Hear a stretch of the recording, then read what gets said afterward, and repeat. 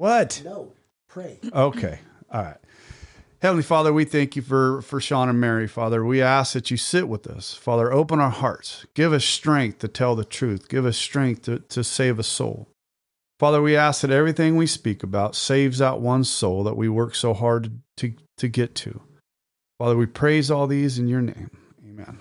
Let's go to work.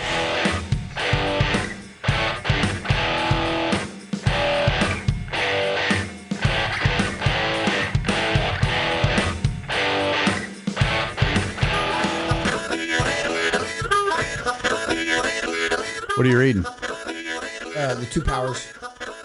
Hi, Rob. How you doing, buddy? Welcome back, prick. I mean, Rob. God damn it. Hey, but you notice there's no toilet mentioned. I love it. You like that better? I love this much better than... You sit on the toilet, Fucker, don't you? Use that. I still got it. Don't fuck with me. I still got it. Not my wife. No. You're done with it? We're done. I'm done with that. I'm not going to take him off of here, though. That's fine, but just as long as... Because every once in a while... You sit on the toilet. Just every once in a while, I want to sit on that toilet. Hey, so we got our guest coming in today. He listened to, holy shit, I just turned myself up way too loud. He listened to our McKenna's and Miranda's story, and he messaged me on Instagram through that way. And when he did, I was like, oh, look who this guy, and I saw that he's from the local area. And I'm like, huh. So I go in to see all his friends. And so I get down there a little ways and I'm like, huh, that's my son-in-law. So I sent that picture, the screenshot of it to Pat, and I go, hey, do you know this guy? And he goes, yeah, he rides the Pismo with us all the time. And I'm like, well, he just reached out to me. Did you know he's sober? He's like, no. So you must handle that pretty good. Welcome in. Come on in, guest. Thank you. I am Shawn. I am a professional recovering alcoholic. Professional recovering alcoholic. I like that. No, I just threw that out there because I know you guys say that you aren't professional. So we ain't no fucking professionals. I can promise you that. All right, shit about us that's professional. There are no letters after our names. So tell us a little bit. Yeah, I decided to come, reach out to you. Mm-hmm. He's nervous a little bit. I know. And get that mic in front of you, brother. Yeah. Okay. Right there you go. That's good. Okay. I decided to reach out to you. I recently reconnected with my oldest daughter, and what do you mean by reconnected? Started talking again. Okay. Actually, which brought up all kinds of emotions. Oh yeah, right? And I'm sure. And listening to your daughters on your podcast, I don't know. Like I said, something inside of me felt like I needed to tell my story. Okay. Even though I've downplayed my story all these years because I didn't have a bunch of death, or I didn't, right. You had a story like mine, just kind of yeah. Yeah, I drank a lot and did a lot of drugs, right? Basically. Yeah. Hey, powdered accelerants? Those are going to be coming up a lot. Sponsored by powdered accelerants. Love those things. So, yeah, and it took you, 2 weeks to reach out to me? Yeah, you know what? I'm horrible about looking at messages. I was like, all right, well, maybe he doesn't want to. No. I've done the same thing multiple times with other people. I'm horrible. In fact, if any of our listeners wants to run my social media, reach out to me because I'd be more than happy to let somebody run that thing. Yeah, I'm horrible and I missed it, so I apologize. No worries at all. Thank you for reaching out. Oh, absolutely. So I guess I'll start from the beginning. Absolutely. So I was born in 1977 to a single mother. My father passed away about 3 months before I was born. He was in a motorcycle accident in LaGrange. And then we lived with my grandparents for a couple years out in Hilmar. And then my mom remarried my stepfather when I was 2 or 3, somewhere around there. And we moved to Denair. You're out in Portuguesville, buddy. In Hilmar? Yeah. Not knowing that I would end up back there. But yeah, we moved to Denair. And if you know Denair's got some rough boys out there too, right? Pretty rough. Johnny's from that area. Oh yeah? John H. So my stepdad was in Vietnam. He sprayed Agent Orange. He got sprayed or he did? No, he sprayed it. Okay. Yeah. Did he get cancer? He got MS, actually. Oh, wow. Yeah. So he ended up passing in 1985. which really, You were young. yeah. You're still 8 years Yeah. old. Yeah. And he had been the only father I knew, in a wheelchair for half the time I knew him. Right.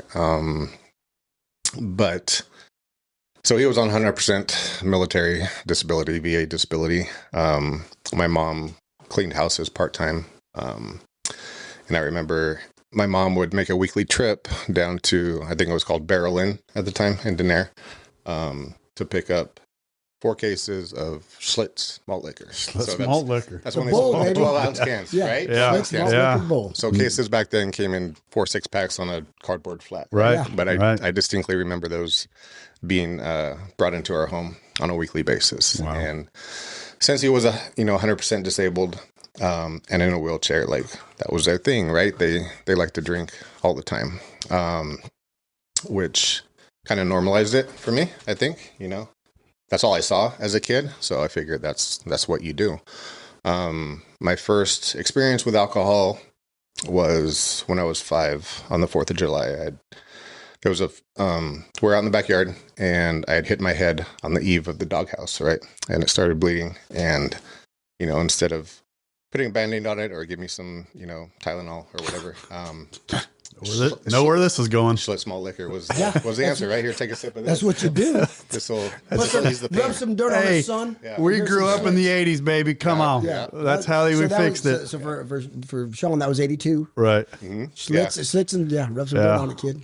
And like I was telling my wife, like that was as common as drinking Oh, out of yeah. the water hose or letting the kids run the street, ride their bikes everywhere. Like When you could drink out of the water hose. Yeah, right. Yeah, I wouldn't do it now.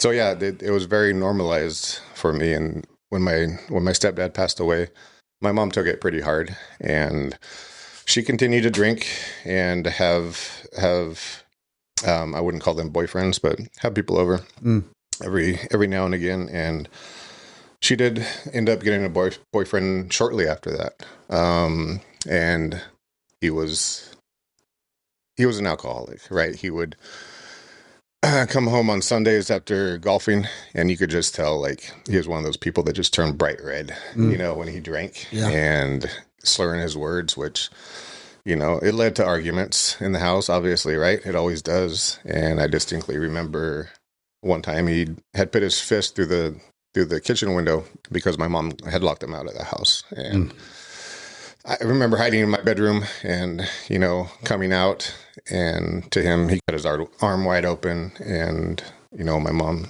called the cops and he was taken to jail, and then they got back together, right? Like, it was a vicious cycle back and forth. And you had to watch that.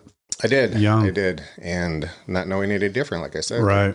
This was common occurrence. This was how life was lived. And hearing stories, like my uncle flipping his brand new GTO 69 Judge on his roof, being drunk, my uncle getting kicked out of the house and sleeping in the barn, my grandma going to look for my grandpa on payday when he worked at Roy M. Days. Yeah.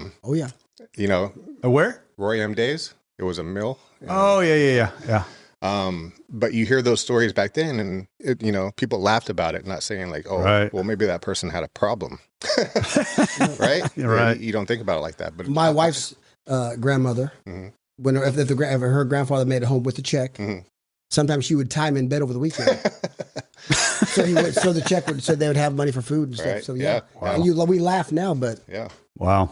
serious problems, right? And those are that generational trauma, Right. that we obviously try to break, but there wasn't a second thought back in the day. At least there wasn't in my family. So I continued on. My mom dated this guy, and my grandparents were getting up there in age, so she decided to move back to Hillmar to take care of them. And that was my 7th grade year, I believe. 8th grade, I started in Hillmar. A bunch of new people, leaving all my friends behind for all those years. Was kind of hard, but I made some good friends pretty quickly. Mom was still with this guy. They finally broke up, and she was single for a little bit, and then got another boyfriend shortly after. This guy she had went to high school with in Hillmar, and another alcoholic, right? Amongst other things. Was your mom an alcoholic? I mean, She was a drinker. He said well, he kind of led himself to but it. I just wanted to hear that because She has a type for sure. right. Was she? Yeah. Okay. Yeah, All right. definitely. Yeah, and that's a story we'll get into in a little bit, I think. So yeah, moved.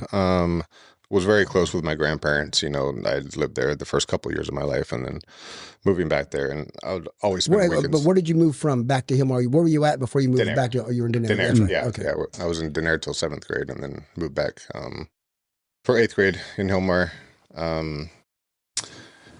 Yeah, she got this new boyfriend, and it was pretty. Drinking was normalized as always. And then did 8th grade, and then the summer of my freshman year. And I had played basketball and Pop Warner, you know. Surprise, surprise. How tall are you? 6'4". A little bit, it's taller. He's an inch taller than me, but he's wider than me. He's got some big old shoulders on him. Wider down here. No, I wasn't even looking at that.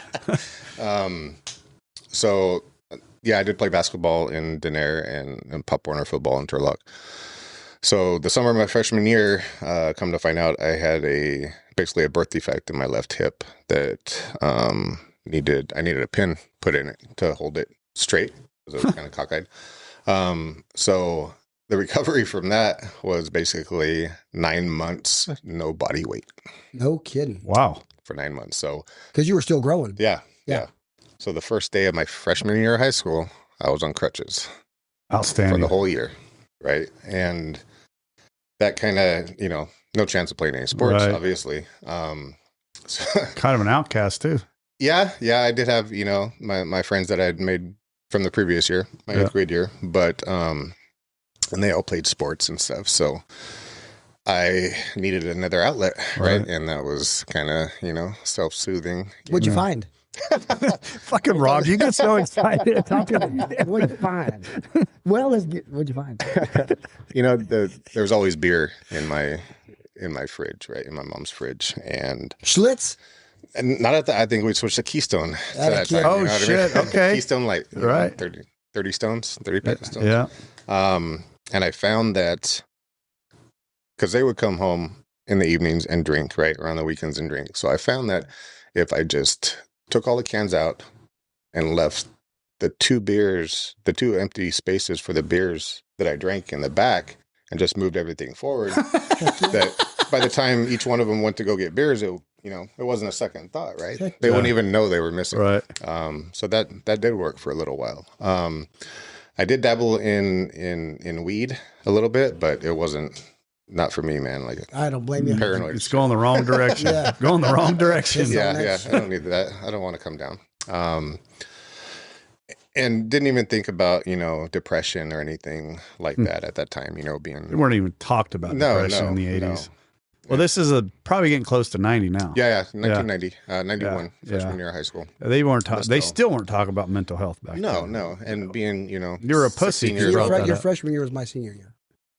Oh yeah. Yeah. Where'd you go to school? Oakdale. Okay. Yeah. So I continued on that path pretty much. After I got off the crutches, lost interest in sports, still had good friends that played sports, and I would play with them on the playground, but not really no organized sports going on for me.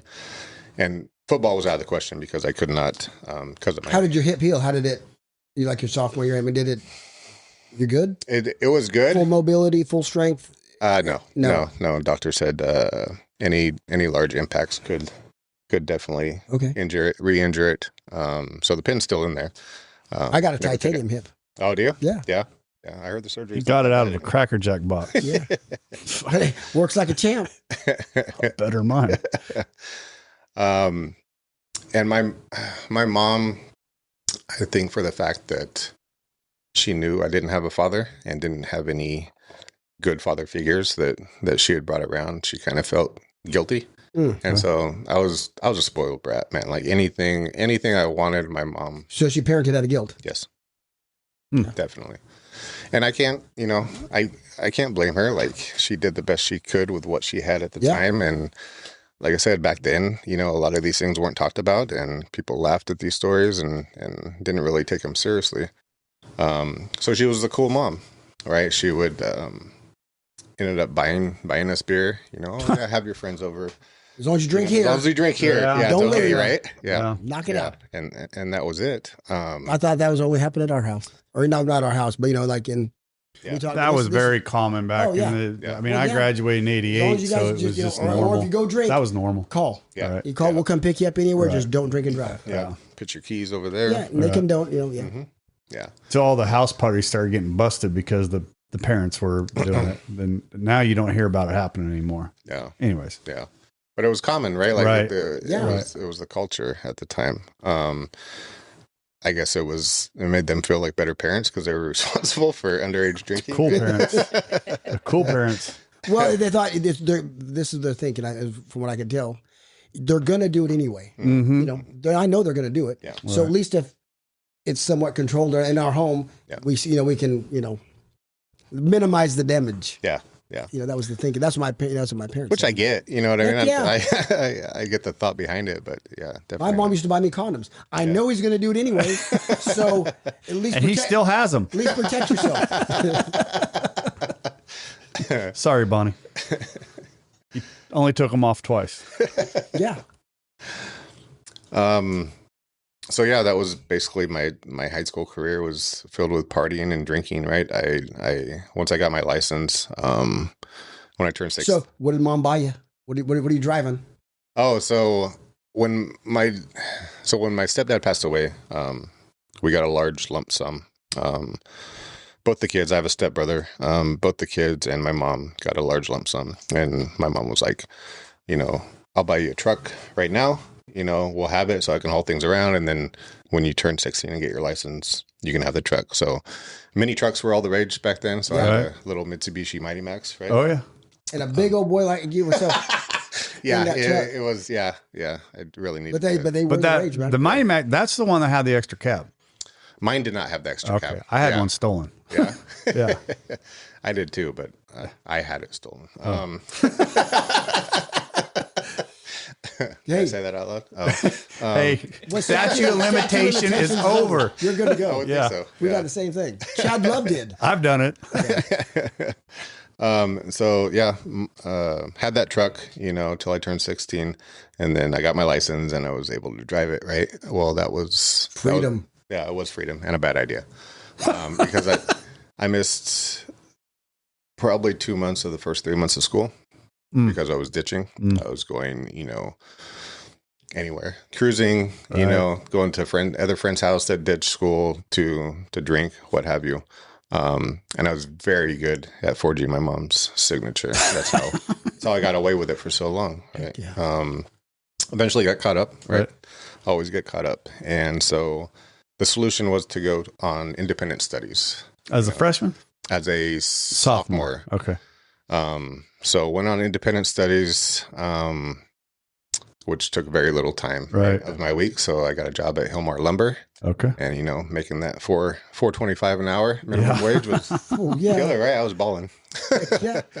But I was actually, and I was because you had a job. Yeah. Right. And I was, hanging out with the older guys that had lowriders too, you know what I mean? And they had a house and we'd go over there and party, and getting beer was not a problem. Right. Like ever. Was never a problem. And I didn't do drugs. I didn't do drugs, well, aside for dabbling with some weed, but I didn't do drugs until I was out of high school. So it was all drinking, which was bad enough at the time, right?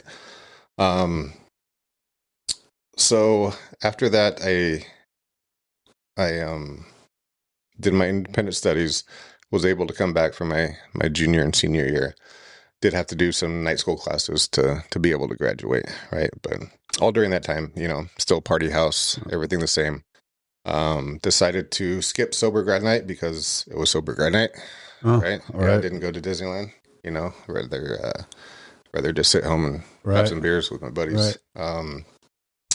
After high school, I was pretty much a shitbag. I couldn't hold down a steady job, nor did I want to. I worked at a couple liquor stores around town. Perfect. Yeah. Right. Perfect. God, that's so smart. Ain't it? Yeah. I had a buddy that worked at Save Mart, and it was better than a liquor store. So, and it worked out good because my buddy that I was friends with from the 8th grade had a good connect for the powdered accelerants. Yeah. Oh, them? yeah. Yeah. And so he smoked Marlboro Red. So White marching powder. Whatever you want to say, man, we got it going on. We're good. So for my portion, of paying for the, powdered accelerants was, a carton of cigarettes that I, 5-finger discounted from the liquor store at night, and I helped do the inventory, so it was no big deal, right? Off the books. God, Right? I love it. It was perfect. You're smarter than most of us. I don't know. And that, I love that, right? Like that made me feel powerful. It made me feel like, even though I wasn't the man that I should have been, it made me feel like I could be, or that I was, right? Mm-hmm. Definitely gave me that self-confidence going out, and stuff like that. So yeah, I continued on with that. 19, 20, 21, my mom had opened up a small business in town that I worked at also. And that's where I happened to meet my oldest daughter's mom at that business. And she was a senior in high school, I believe. And I was 21. what kind of store did your mom open? I was a tanning salon. Oh, really? Yeah. That's about the rage, right? It was at the time, yeah. Yeah. And perfect for me to meet somebody, right? Yeah, right. Yeah. As they're coming out of the tanning booth.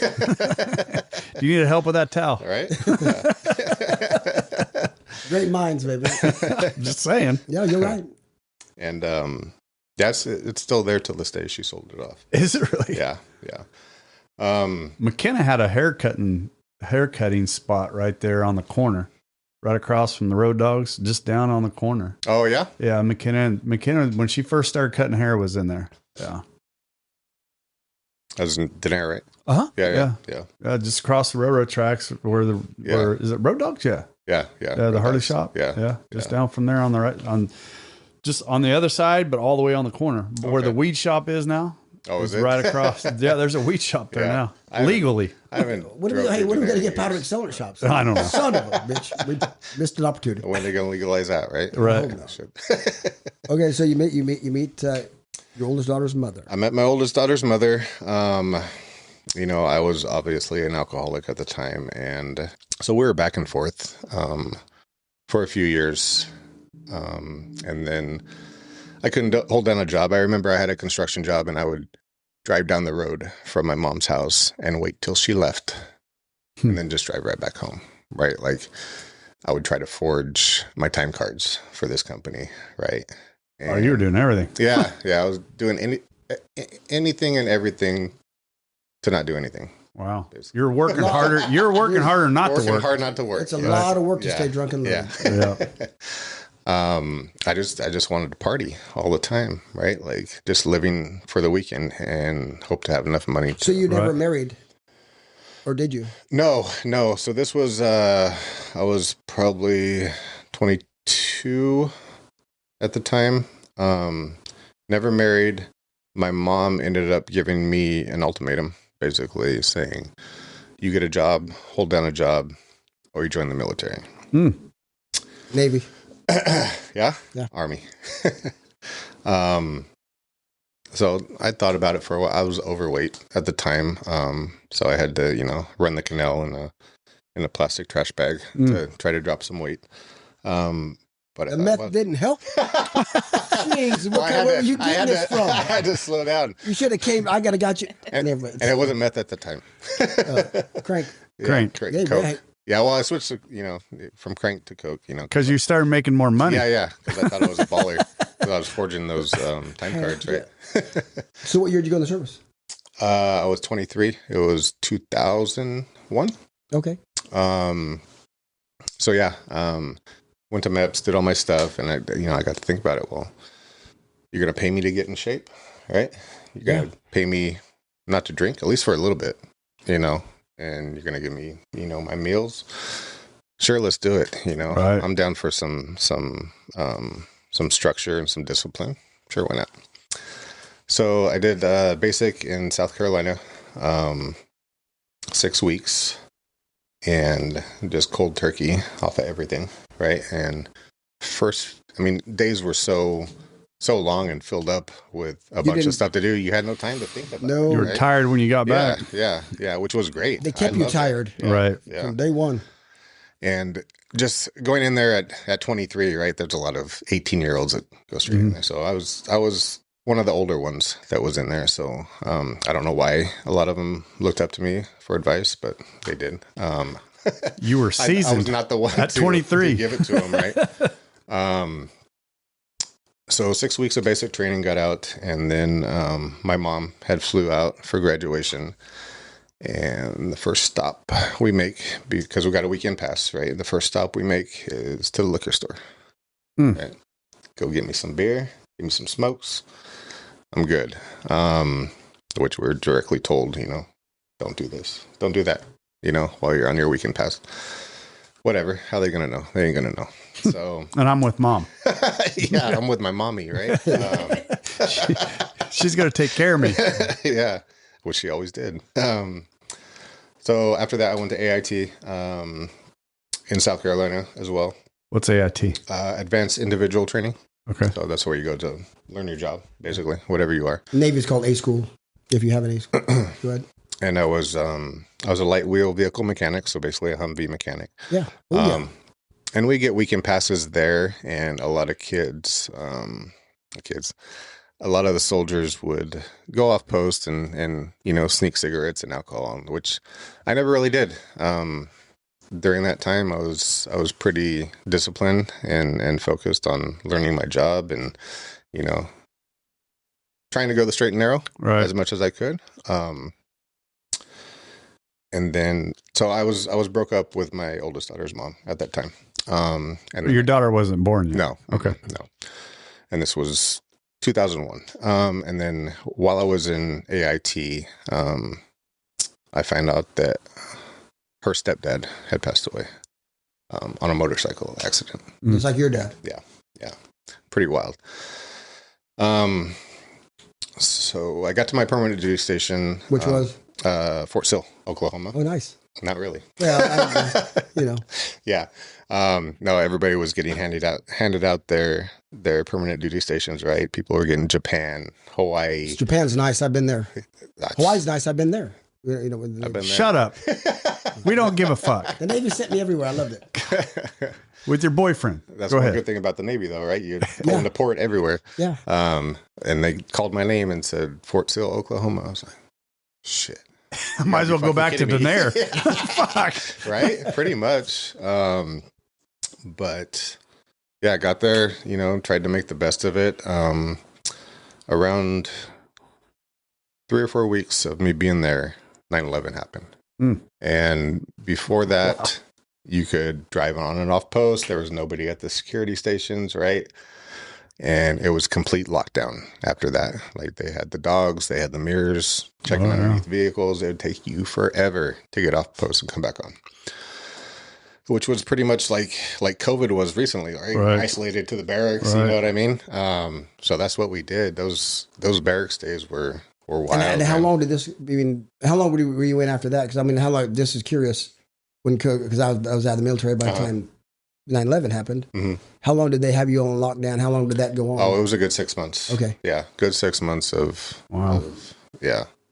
And not that we couldn't go off post. It just took so long to get back on. It wasn't worth it, right? Like, we would go off post Sunday mornings to pick up our uniforms that we'd drop off at the cleaners, right? And we would wait till later in the day, because during the day it was hectic, like, to try to get back on post. And so we pretty much stayed in the barracks, you know, bought beer at the PX, and, you know what I mean? And did our thing. And we had one of the soldiers was from Oklahoma City, and his primary job was a drug dealer there, right? Perfect. So Sweet. he would go on Perfect. the weekends. So you did get drug tested? Huh? Did you guys get drug tested? That's coming up. Okay. Salt, pepper, God damn it, Rob! Shut up. No, hey, I just, Let the man tell his story. yeah, go ahead. Fuck. So on the weekends, he would go home to Oklahoma City and bring back softballs of Coke, right? Nice. And Nice. my best friend lived off post, so he would keep it at his house, so he didn't have to bring it on post. All right? figured out. Yeah. And so I would go over to my buddy's house. He lived off post because he got married to one of our friends. Anoki. She was a captain's daughter, I think. Yeah. So Nice. So yeah, I would go over there and on a coffee table just like this one, just to, Chop it up, baby. Yeah, chop it up. Chop it up. There's a razor blade right there, and just go to town. So we had some wild nights, to say the least. And then I was put on gym detail, which was great, right? Like they take you I got taken out of the motor pool, and you're gonna go, wipe down, workout equipment for 6 months. Yeah. Fuck that. Which was great. I got to work out, right? Play basketball, stuff like that. But that being said, you get a little bit more lax, Oh, yeah. right? Like, oh, well, they can't do nothing to me. And for some reason, like, I didn't have to go to this drug test. That there was no mandate saying if you're on gym detail, you have to go to this drug test. I just remember my roommate waking me up that morning saying, hey, we have to go piss. And I just went, not thinking that 2 days prior, I got fucked up, right? So went and took the piss test, and like a week goes by, I'm like, oh fuck, I should be fine. Not with cocaine, brother. I'm in the clear, right? So I'm at the gym one day, and one of my sergeants from the motor pool comes down and says, Staff Sergeant Williams wants to see you. I was like, all right. I was like, fuck. I was shitting bricks, man. What the fuck? Pulls me in his office. So, what the fuck? What are you doing? You doing drugs? And denial, right? Like, Oh, yeah. I ain't admitting to anything. Deny. I went and seen the first sergeant. Denied it. And then CID came into the picture. So the Criminal Investigation Department. If we find out you're lying to us, like, you could do time. Oh. Yeah, military time. Okay. I did it. I ain't going to prison, man. Like, Leavenworth. kick me out. Yeah, I ain't doing it. And I don't know how much of that was a bluff. You know what I mean? Like, I popped hot on a drug test. Like, Right. But at the time, it scared the shit out of me. Like, no, I ain't doing that. You would suck at getting waterboarded, just so you know. I would. I ain't denying it. So yeah, they bumped me down pay grade. So I went through from E4 to E3, 45 and 45. Okay. So 45 days restriction, 45 days extra duty. That included weekends. Like, you go do your regular job, and then, 4 to 6 hours more after that, do your job. And I could have stayed in. I would have had to switch units, obviously, but I could have stayed in. What do you mean, obviously? Why would they make you switch units? Just to break up where you're getting the drugs from, or? That's a good question. I don't know why I said obviously, but Right. I guess. Yeah, I mean. Yeah. Okay. Yeah. To break you away from the Probably that group you were hanging out with. command that you Yeah. were They in. could have kicked Yeah. him out right then. Right. Yeah, they could have. Yeah. But I was a good soldier up until that point. Never had any problems. So.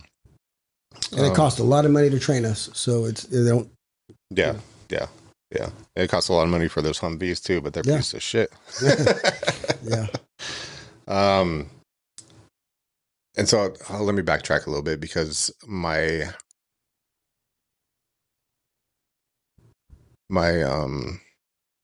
oldest mom was pregnant with her Okay. at the time. So you had to have been home on leave somewhere. Yeah. I came home on Right. leave. Conceived my oldest daughter. And Conceptually. then, yeah. So we had gotten back together, right? I'm sorry I skipped that whole. Trying to put the past week, like, I was, shitting bricks because I'm I wanted to wing this whole thing, and You're talking about the podcast. the podcast, right? Because I knew about it for a little while, Right. and Mary's like, "What's your plan?" And I'm like, "What do you mean?" She's like, "Do you know the timeline? Do you know what you're gonna say?" I'm like, "Oh yeah, I'm just gonna wing it, right?" She's like, "I don't think that's a good idea." So literally this past week, I'm like, I just started typing, and literally 4 pages of what came, Right. vomited out of my head. Yeah. Went out there, so it's helping me remember a little bit, but timeline still gets a little screwed up. So before any of my, the drug test and all that happened, I came home on leave and got back together with my oldest mom. And then she actually came out to Fort Sill. We went to the mall, picked out a wedding set. Wow. So we got engaged, right? A little time had passed. I came home on leave again. Got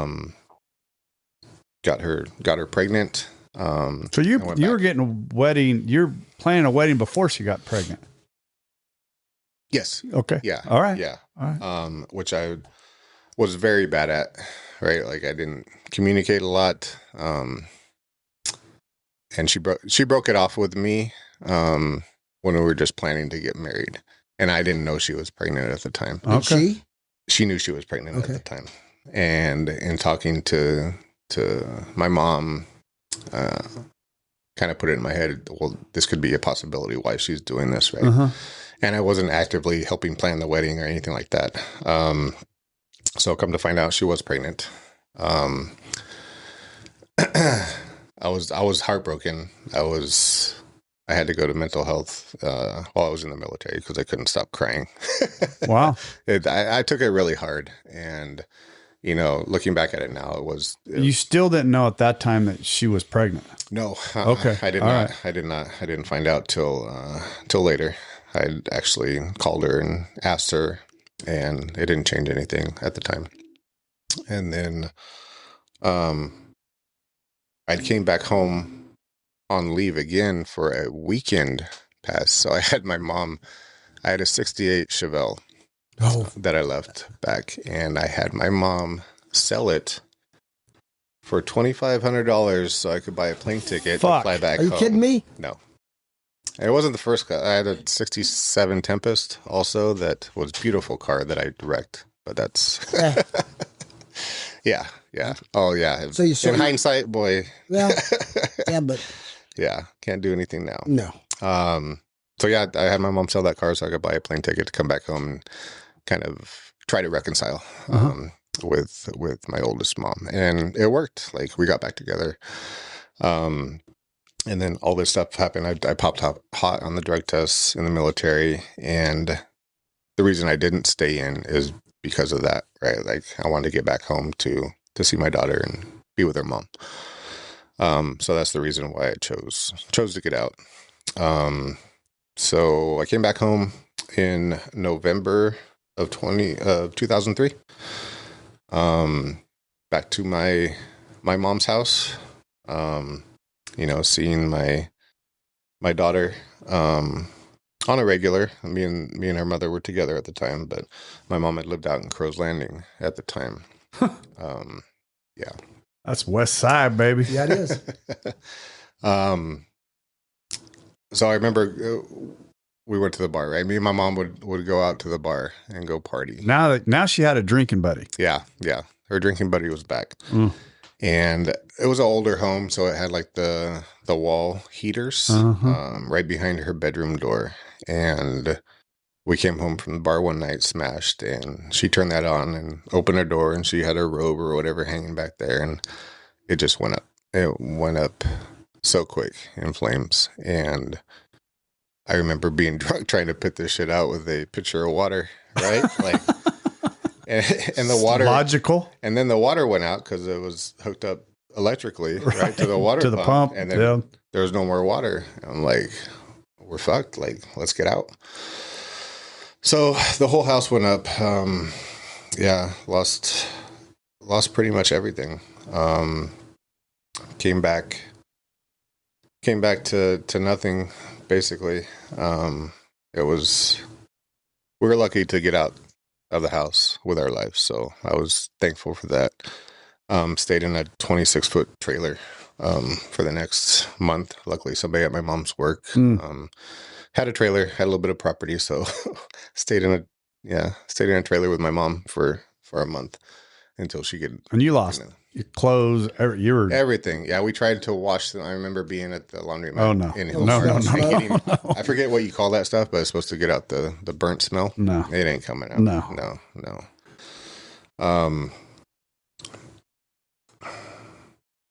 Where's it going? I don't know, but you're in a 27-foot trailer, right? Yeah. So the landlord my mom was renting this house from had another rental in Turlock, so we ended up moving there. I had gotten a job as a mechanic at the local dealership there in Turlock, and kind of a prerequisite for being a mechanic back in those days, right? You did dope, like you know what I mean, like whether you're right. Seems normal. I thought so. Like truck drivers. So made a good buddy there that was heavily into it, and I just, we connected on that level because of. Were you with your girlfriend at the time? It was still off and on, but your daughter's born. My daughter's born. Okay. Yeah, and I would primarily pick my daughter up from her grandfather's house on the weekends, every other weekend. Her mom worked nights on Fridays, so she stayed at her grandpa's house, and I go pick her up. But yeah, that went on for a little while, and then her mom got married, so my daughter had a stepdad. How old was your daughter? Ballpark it. 3. Okay. Somewhere around there. So I was still living at my mom's new rental in Turlock. Back and forth on jobs. Like they let me go from the dealership. Missing work? Huh? Missing work? Missing work, yeah. Yes. And my buddy, the one that was in it with me, tried to cover for me. It didn't work. I remember reapplying for there and popping hot on a drug test. Oh, damn. And the service manager was like, "Fuck is wrong with you? Wait 6 months." Right? Yeah. I see a pattern here. Stupid. I think that's why I like going through checkpoints now. Right? Yeah. It's like, look at me. Yeah. No shit, right? I ain't got shit on me. No. Please pull me over. Yeah. Yeah. Where was I going? Looking. Stepdad. Yes. So my daughter had a stepdad now. Her mom got married. I was not providing insurance for my daughter, and she needed insurance on her. So I remember my ex calling me up and asking if I would be willing to have her stepdad adopt her. Saw that one coming. For insurance purposes. And me being, not thinking clearly, not saying, oh, well, no matter what, I'll put her on my insurance. I don't care. I took it as she was attacking me and threatening me. So I basically told her, well, maybe if that's the route you want to go, maybe my daughter's, I'm better off staying out of her life. Yeah. And that I tried to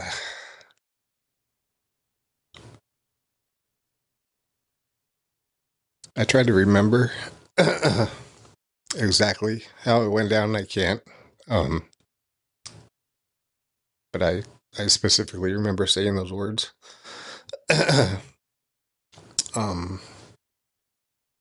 So after that, I didn't really see my daughter at all. And I remember being there for her kindergarten graduation. That was the last time I really remember seeing her, and I was sober.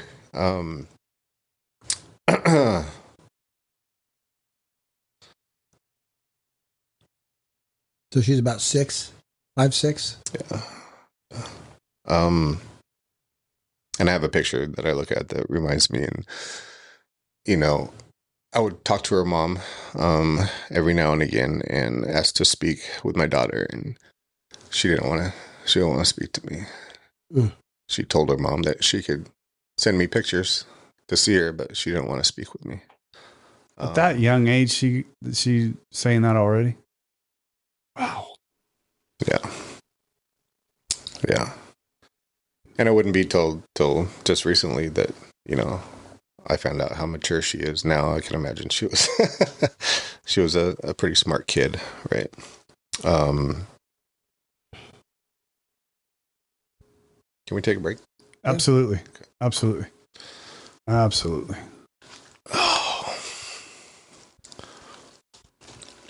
All right, back from break. Here we go. All right. So, I'd seen my daughter graduate kindergarten. After that, I was pretty much non-existent in her life. I took some comfort in knowing that she had a great mom and a stepfather. Now, let me ask you a question. Mm-hmm. That's because when we, people like us, when we start to justify, rationalize, and minimize, we're lying to ourselves, Yeah. You can't replace dad. No, you can't, but I get your point. Yeah. No, in my addiction, like, I was thankful that she had some kind of stability, right? Like, I couldn't give it to her, so I'm glad she was able to get it, with her mom. Couldn't give it to her, or wouldn't give it to her? I wouldn't. Obviously, the choices that I make, the horrible choices that I made, right, were the reason why I felt like I couldn't give it to her. And when you relay the questions we were asking off camera, Frank's there. You want to? Yeah, go. I mean, don't want to interrupt his story as long as it's all a part of this story. But I was telling him, having sponsored, how many men over the years, lots of and a few women. I told him, what the child is thinking, when she didn't want to speak to her father. This is just what they've told me. They feel rejection, abandonment, and it's her only power that she has to get back at you.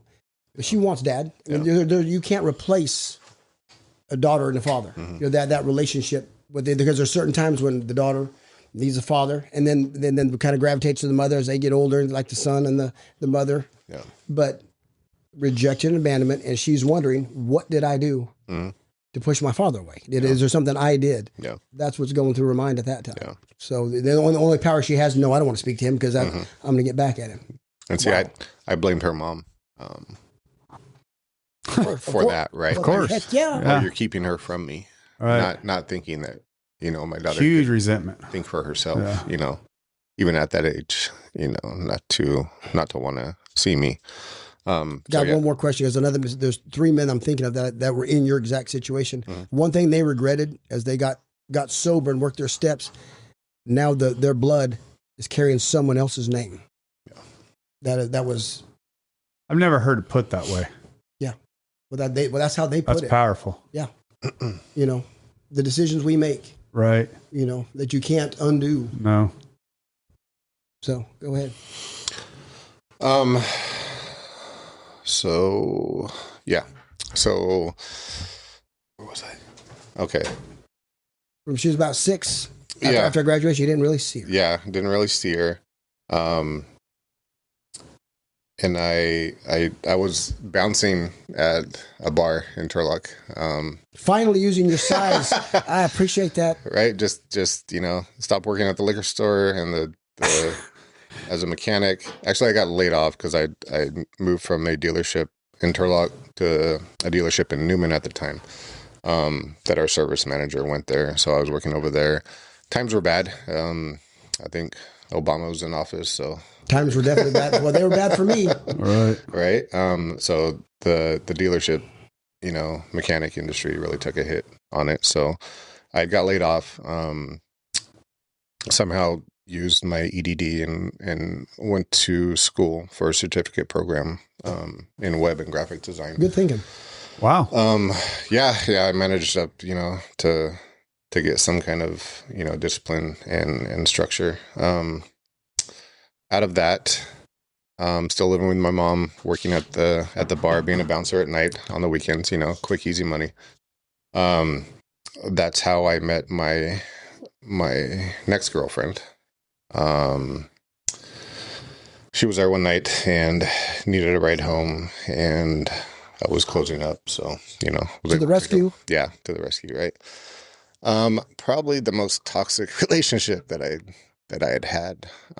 That's saying something. Yeah. And she was a little Mexican, right? Coming from that culture. And one good thing, she did get me out of my mom's house. So moving out of my mom's house for this first time at 33 years old, outside of the military, right? What a fucking loser. Saying it out loud. We moved to Modesto, actually the same house that I ended up buying that we own now. We moved there when it was a rental. I got a job at a place over off of Graphics Drive in Modesto. Using your education. Yes.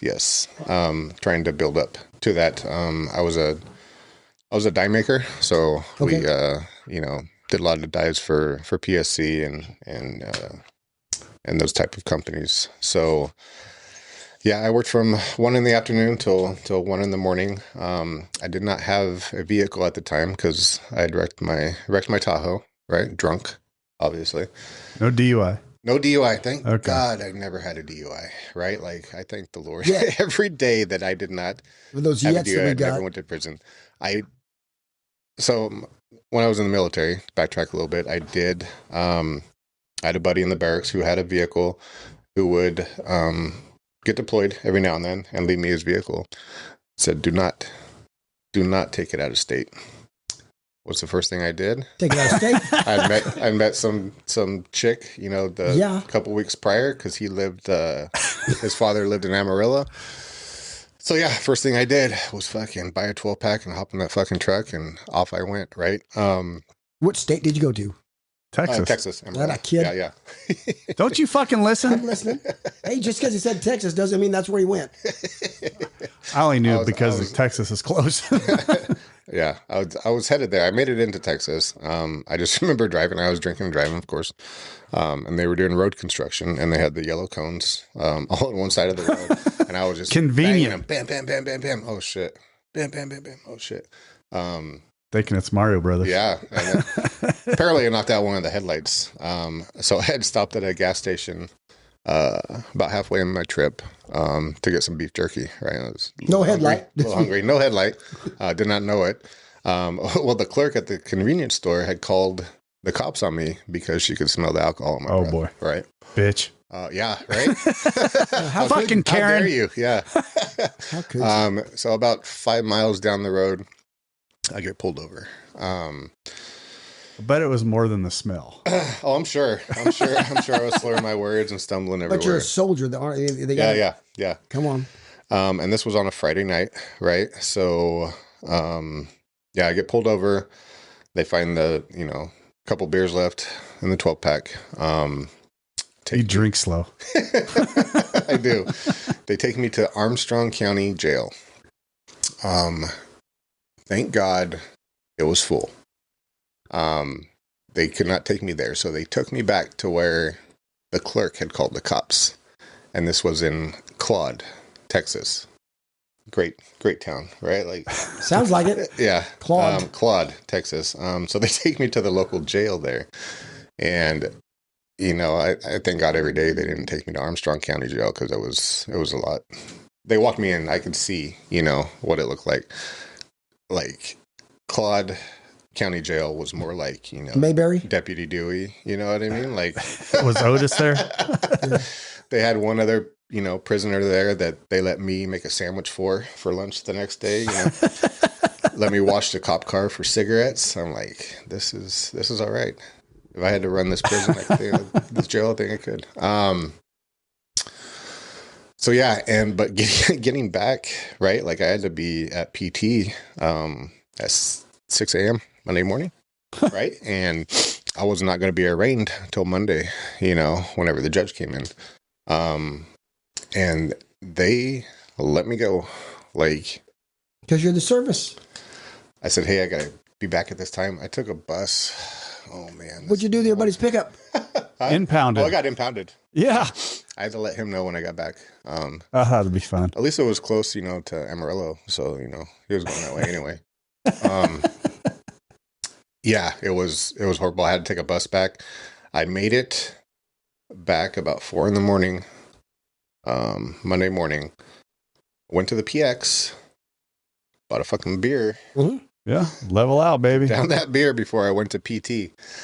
I remember standing in line at PT and my motor sergeant just fucking looks at me and shakes his fucking head. He's like, what the fuck are you doing? Like, I'm here for PT. He's all, come with me. Took me to the motor pool and yeah, had the soldier that I took his truck there. And I really didn't get in trouble. Like, I got in trouble internally, No consequences. Yeah, no consequences. So, got off the hook for that one. I don't know how. The Lord watching over me knew he had bigger and better plans for me, I guess. All right, kind of got sidetracked with that, backtracking. It's all right.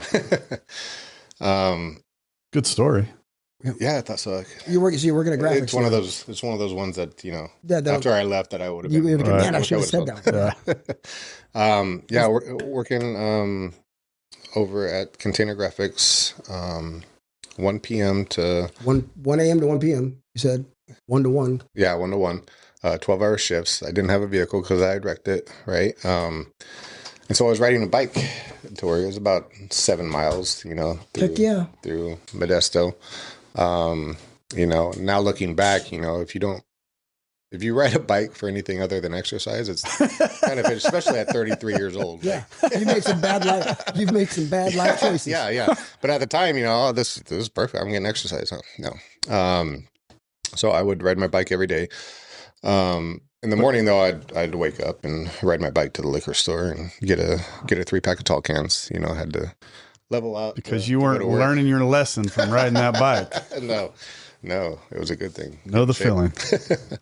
And then obviously, all the beer and that I drank after work, but I would have to wait. I would have to call and hope somebody was up at the house to give me a ride home at 1 a.m. Right in the morning. Otherwise, I was riding my bike home at 1 a.m. in Modesto. That wasn't fun. Yeah, convinced my girlfriend at the time to use her income tax money to fix my vehicle and get it out of the shop. So then I had wheels again, which was great. Dangerous, but great. Dangerous, but great, right? And it was fixed to be drivable, right? Both air bags were fucking blown. Like, I was taped them up. Fuck it. You know what I mean? I can't afford fucking airbags. I ain't ride that bike no fucking more. Tape them up. Let's go. And she remembers that vehicle. I had it when we met. Who's she? Oh, my wife, Mary. Hi, Mary. Hi. That vehicle lived. Turn the microphone. Oh, shit. Sorry. Say it again. That vehicle lived a very short fucking life. Welcome in, Mary. She comes in with the fuck right off the get-go. I love her already. Yeah, the AC did not work in that thing. Like, my AC was 465, right? Windows down. All 4 windows down, driving 65. But yeah, I convinced her to use her income tax money to get that fixed. And this was little Hispanic gal. Yes. And, I was heavily drinking during that time. And I remember... Any powdered accelerants or just drinking? Yeah. Oh, okay. She had family members that would help out with that, some that had been in prison, some been in and out of the system. Good stuff. For a Find while. that balance. Yeah. The balance. Just enough. And that might have been why I stuck with her so long, right? The benefits. Come on. But she finally got... So I had left that job. I had got a pretty damn good, decent job. I'm still with the company today. So I started up pretty much at the bottom as an operator with this company. And we're working 12-hour days. And I was loving it. Like, give me that Give me that money. I was Right. making great money. Money. You got energy. You're Not good. that, yeah. And yeah, there were some scares too. There were like 3 weeks in, I had a forklift incident. Oh shit. And luckily I did not do enough powdered accelerant the weekend before for it to pop hot on me. Because that would have been my third drug test that I popped on. I was, somebody was looking out for me. Always. But yeah, so I stayed with her. Like I said, maybe because, I was getting the benefits from her family. And I paid for a lot. Like I was making a lot of money, but her being old school traditional, like I had to pay for the rent. I had to pay for, and she had 2 kids that lived with us. And I remember when her son graduated, they had a party in the garage, right? And the next morning they left all their liquor out and all their booze out, right? And Party. I drank it and then filled the bottle up with water, thinking that Who the they fuck would were you know. hiding it from? her son. Oh, And he called me out on my bullshit, and I denied. And he didn't believe me, which he shouldn't have. No, right? he knows better. Yeah. Yeah, and it's just, that was a common occurrence too even when I was younger. Like, I don't know if you guys remember the baseball bat bottles, Uh-huh. the Coors and Coors Light ones. Yep. Yeah. I was a whiskey drinker, but I still remember those. Yeah. Well, those were, mantle decorations in my mom's house growing up, right? Yeah, unopened. And I tried to drink one of those things like 5 or 6 years after they went Wow. up, right? Oh God, that was horrible. Oh yeah. But yeah, she was finally fed up. Yeah, Katie's here. Let's just take another Okay. quick break, Yeah. guys. Then we'll get to it. I've just been waiting for her You're good. because Yeah. yeah. Where were we at? We were at Gay bar. What the fuck? Oh, your hometown, the Brave Bull. We'll get there. Perfect. we were at my ex little Oh yeah. Mexican girlfriend. Well, he almost popped. You almost Right. popped on your third. You almost popped, but he didn't. So Did not. God gets the glory, and then we're here. So Yeah. how old are you at this age? Where are you at right now? That's a good question. This was 2000. You got a good job. You're still with that company today. So so 2013 is when I got hired there. So that would put me at 35. yeah, ballpark. That's good. 34, Yeah, 35. 34, 35. Somewhere in there, right? Finally getting my life together. But yeah, well, yeah, pieces. I mean, okay, let's be honest. Yeah, there's a I mean, piece in place, everything- but you're still doing dope. And Yeah. you're still drinking. So, Yeah, I mean, so yeah, not definitely. all the pieces are in place. Definitely. But 30, 34, 35 years old. Yeah. How old were you when your daughter was born, your oldest? I was 25, I think. I joined the Army in 2001. I was 23. Mm-hmm. She was born in 2003. So I was 25. Yeah. So this is 10 years now. Yeah. 10 years passed. And I remember I guess she wasn't all bad.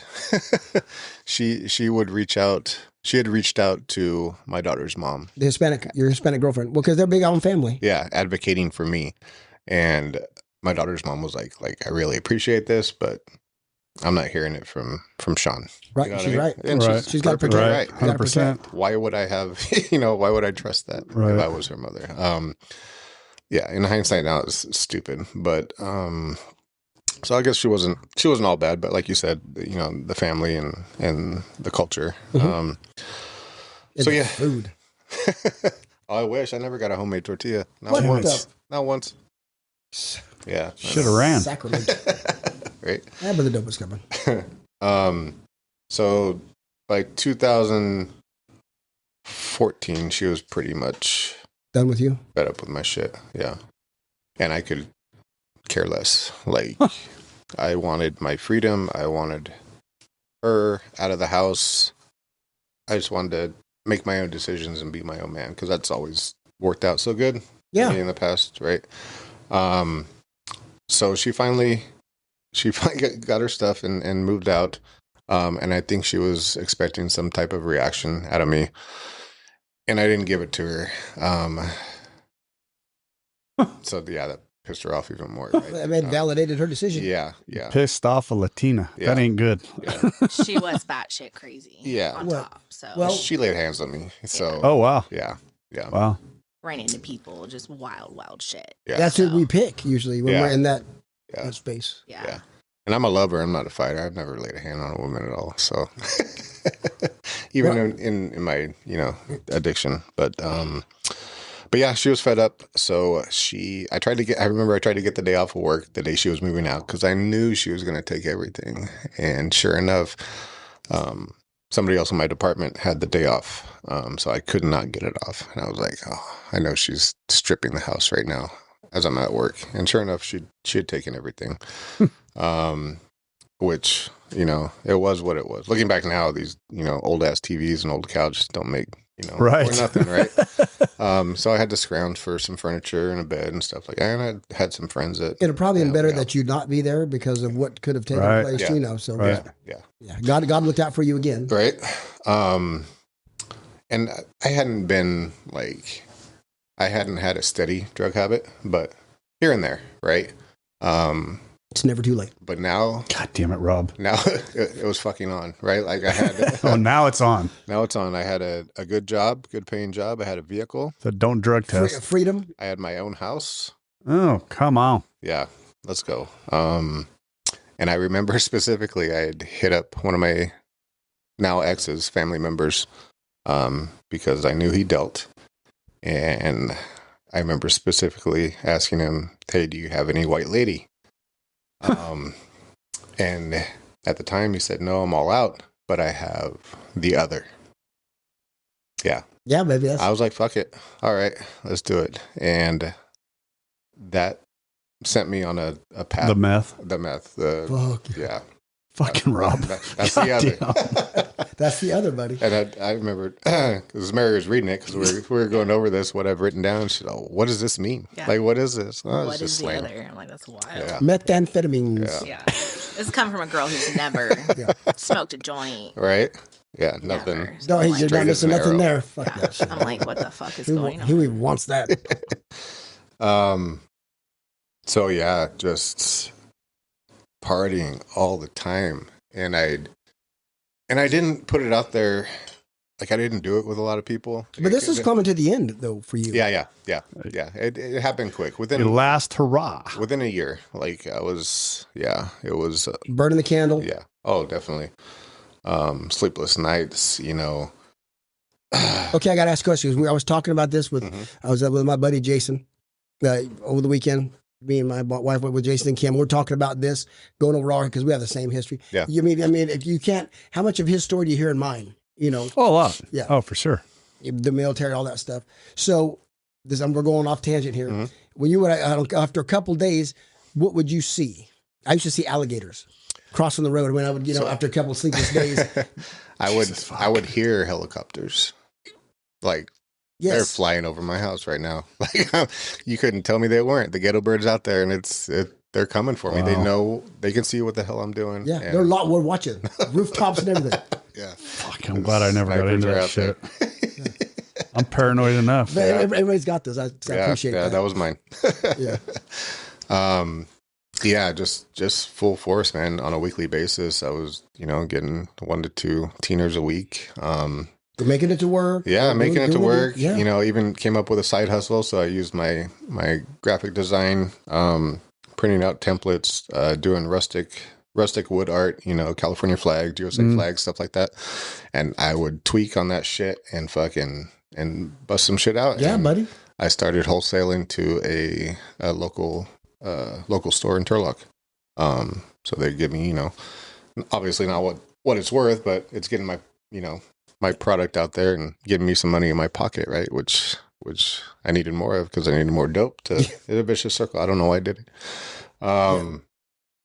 So I did that Because we're insane. yeah, it's insanity. Yeah.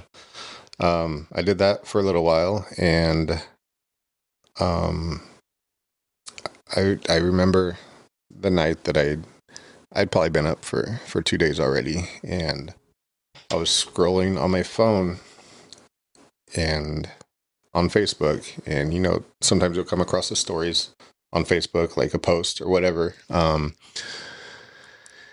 I remember scrolling, and it was a letter that I had written. I'm hallucinating, right? It was a letter that I had written, telling all my friends how much I take advantage of them and never really loved anybody. And it was written from a place of pride. It was, it wasn't from a place of, pouring my heart out for forgiveness. It was like prideful, like, Wow. oh, you Like stupid. you fools. Yeah. You're hallucinating all Oh, this. I am. And I remember scrolling more and getting subliminal messages, that would say different things. Like, I consider myself an artist, right? Like, making these things, and things would just pop up that would downplay, what I thought of myself. And I was like, what the fuck? What the fuck's going on? Like, where is this? Where indeed. Yeah, I'm hallucinating. Like, this is scaring me. I immediately took what I had and flushed it down the toilet. I said, I'm done. I'm done doing dope. Because my drinking at that time, doing dope, like, I'll set this can over here full beer, right? Go fucking tweak out on something. Yeah. Forget about it. Go open another one, take a sip, set that one there. So the garage was just full of full beers. So my drinking, yeah, it was there, but this was more prevalent. Yeah, Like it took second nature. Yeah. And we thought that was our problem. Right. The dope's the problem. The beer's, Yeah. the alcohol was never a problem. Yeah. That was it. Once I get rid of this, I'm good. Yeah. And that was my thought process. You're telling my story, kid. I love it. So after I quit, and I was And that was it. dead set. Like, I did not touch it. But I started fucking drinking heavily. Had to replace it. Yeah. But you How to don't replace realize it. No. But you don't realize it No. that what you've just done. Yeah. Just beer. Come on, tell Unless me. I was going out, like, I would make Jaeger bombs to drink, Right. just like, Right. Get there faster. yeah, little shots, and drink some Coke out of the bottle, pour the shot in there if I was going Right. somewhere. But primarily beer. And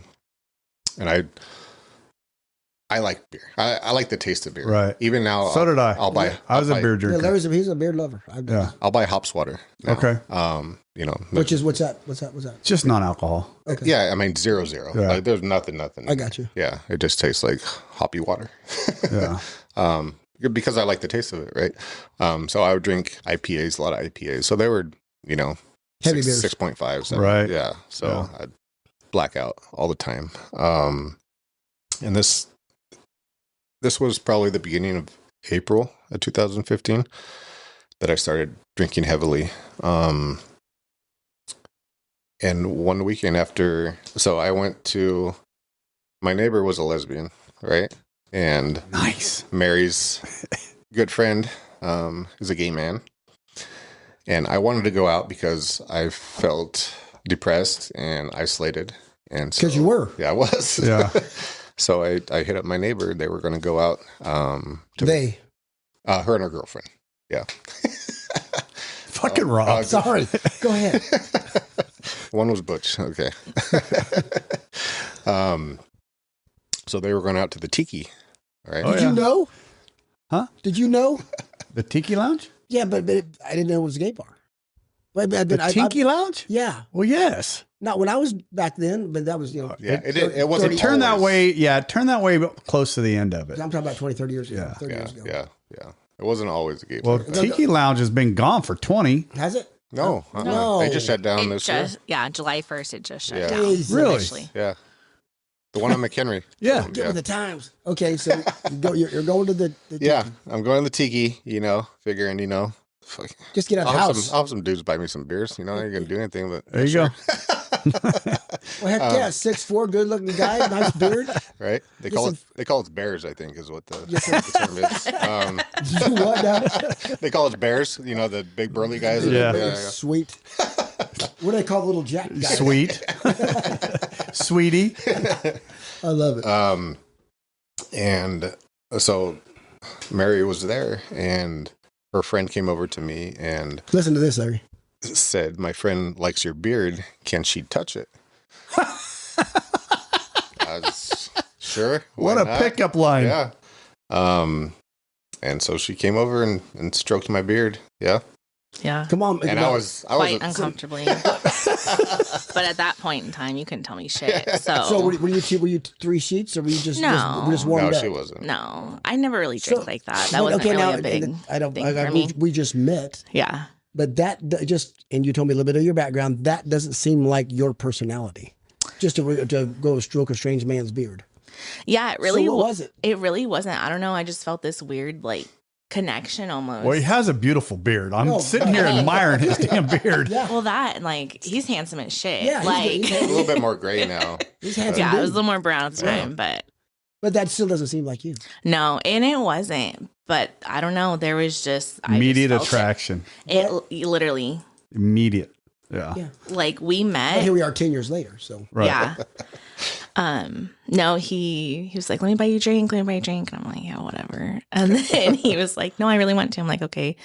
And then he came back and he handed me a beer and he was like, I went over and asked some gay Yeah. dude to buy me a drink, and I gave it to her. yeah. Now, can you tell us at this time, 10 years ago, what were you doing? Can you say that? Yeah, I worked in law enforcement. At that time I was booking inmates, male inmates specifically. So I was already like, Yeah, she had her. get the fuck away from me kind of But vibe yeah. towards men because it was just such a. Wow. But yeah, I mean, can I was get- running the downtown old But yeah. men's jail. Yeah, so that's why it got the dichotomy. Yeah, can I go stroke? Here's a big handsome man. Yeah. I'm dealing with these. She's got pretty much a good judge character, but yet, that's just crazy how God works. Anyway, Yeah. I like these I was things. trying to figure out where the fuck he was going with that. Yeah, right, because hey, you were gone. I'm finding this shit out.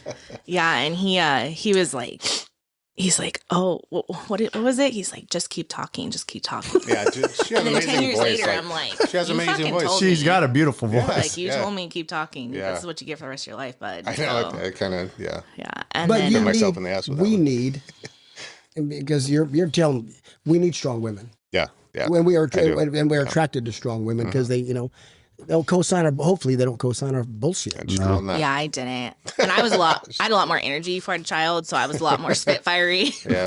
But Yeah, they'll do that to you. he we were leaving and he's like following me out and he kissed me on the cheek and one of the girls that we were with actually hit him. I was like, you don't fucking kiss women, why didn't and I was just like, whatever, he's drunk, not a big deal.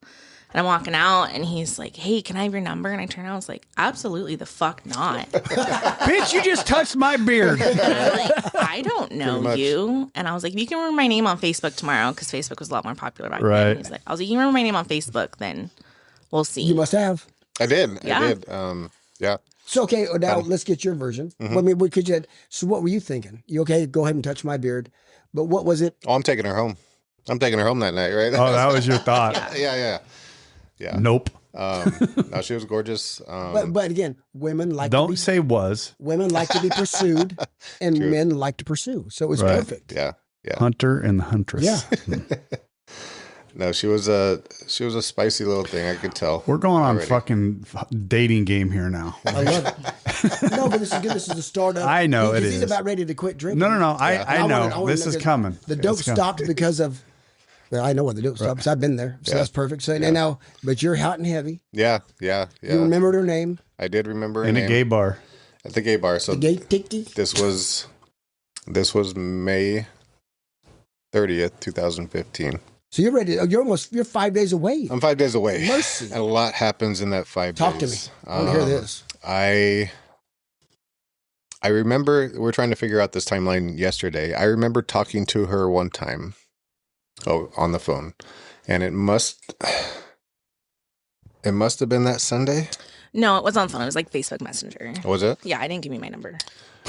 So it was No. that Sunday. That Sunday was my rock bottom. Like You quit I digging. woke up the next day and I was like, my moment of clarity, like, what the fuck are you doing? Like, All by yourself too. all by myself. Wow. What would you say? Come That's on. the first time I've heard that. I told myself I had to stop blaming everybody else for my Oh problems my God. and You just gave me chills. Ownership. take responsibility for my actions. And it wasn't until later Sunday that everything came together. I believe I'd called my oldest mom at the time and blamed her for keeping my daughter away from me. And I had reached out to a buddy asking for a gun. And he was like, absolutely fucking not. Like, Smart friend. go fuck yourself. Yes. Yeah. I thank him to this day. And another person told me, like, the only way you're going to get into rehab, you need to take care of yourself. The only way you're going to get in is if you're suicidal. I'm like, oh, yeah? Okay. I just asked for a fucking gun. Yeah. So I called my mom. My mom came out. I told her what was going on. I'm like, I want to get into rehab. Like, I'm done. Like, but apparently the only way I can get in is by being suicidal. So I'm trying to remember. I don't remember if my mom drove me to the hospital or if the ambulance came and got me. I think my mom drove me. Which hospital? Doctors. Okay. You get there. Get there. Explain the situation. They take me in. They draw my blood. Sitting there, and what was a couple episodes ago? What was his name? Paul. Yes. When he said that the healthcare system is so screwed up around mental health, that solidified it. Truly is. I sat there for a few hours. They had the ambulance drive me to DBHC, put me in a fucking padded room with a blanket overnight, and the next morning around 6 a.m. they released me. Fuck them. Yeah. And luckily I live fairly close to where they released me, and I was able to walk home. But I'm like, what? So what do I do now? They had no information for me, nothing. Just let me go. So I called my HR at my work, and I was like, this is what's going on. This is what I need. Can you help me? Can you help me? And yeah, she was great. I miss her. She was our HRIS person at the time, and she's all, give me an hour or so, and I'll give you a call back. She's all, call the call-in hotline for work and call in sick today. I'm like, okay. She called me back and said, these are the places your insurance will partially cover. And one, I believe, was Maynard's. And the deductible for that was outrageous. Like, there's no way I could come up with it. And so the ghetto alternative was changing echoes in Angels Camp. Yeah. Mm-hmm. And it was ghetto alternative. It was $500 deposit. But it's something, insurance man. deposit, and I had no money, and I was not going to ask my mom to cover it, right? So I hit up the local shop that I sold these signs to. I'm like, would you buy 4 of these signs? You know, if I could have them to you by this date. I said, yeah, no problem. So I sold 4 signs at $125 a piece to pay to get into rehab. Mm-hmm. Good Lord. So I called them. They couldn't get me until that Thursday. So I had 4 days to figure out what to do. So I busted my ass and made those, and I had my mom right there the whole time watching me. Spent the night at my mom's house that whole week. I didn't quit drinking. You couldn't. I had my tall cans. Yeah. You really couldn't. I had my tall cans, and that's what I remember from Larry's when they told you don't quit. They did not tell me that. I just you couldn't anyway. Yeah, You couldn't have.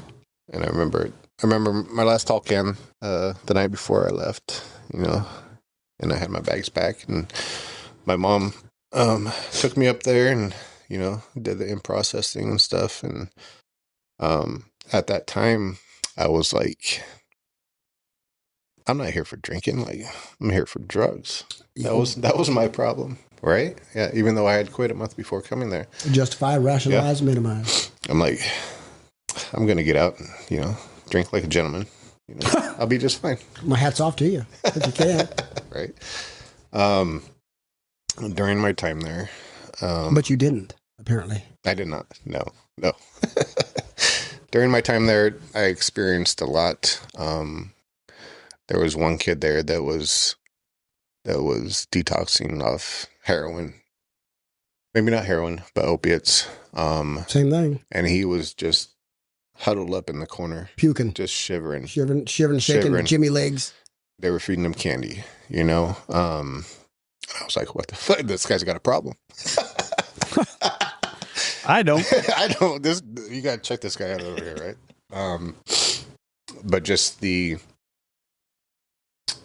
stories that you hear in there, and I never opened up to a group of men before going there, and that just, to be totally honest with them and not trying to build myself up for any reason, it was life-changing for sure. And I remember they wanted me to be house manager or whatever they called it at the time, and the cook shot it down because he wanted me in the kitchen. I was like, motherfucker, dude, I don't want to cook for these fucking people. And, you know, that place definitely increased my nicotine and caffeine intake for damn sure. That's all there was, right? But, you know, going to those meetings and talking, not just with the counselors, but with the people that were there, right? Like those stories. Do you now, how many people that you were in there with, did you talk to any of them now? No, I did. Exactly. Yeah. My point exactly. Yeah. Because they don't make it. No. And you're rare. Yeah. And a lot of them aren't, they're not. Yeah. Probably. Like the opiate kid, like he drinks, but he doesn't do opiates. I'm like, teach their own. Like, right. I'm not here to judge, you know what I mean? At all. If you can live, and he looks like he's doing fine. We're friends on Facebook. He looks like he's thriving. So good for you. But yeah, me going in there thinking that dope is your problem. I was just there for dope, and I could walk out of there and have a drink. Was quickly diminished, squashed. Yeah, it was. After being there a couple weeks, and my counselor was great. After being there a couple weeks and just hearing everything, all the stories, and reflecting back on me, it's like, oh shit, yeah, that's me. Well, oh, you have a drinking problem. Similarities. See the similarities, not the differences. Yeah.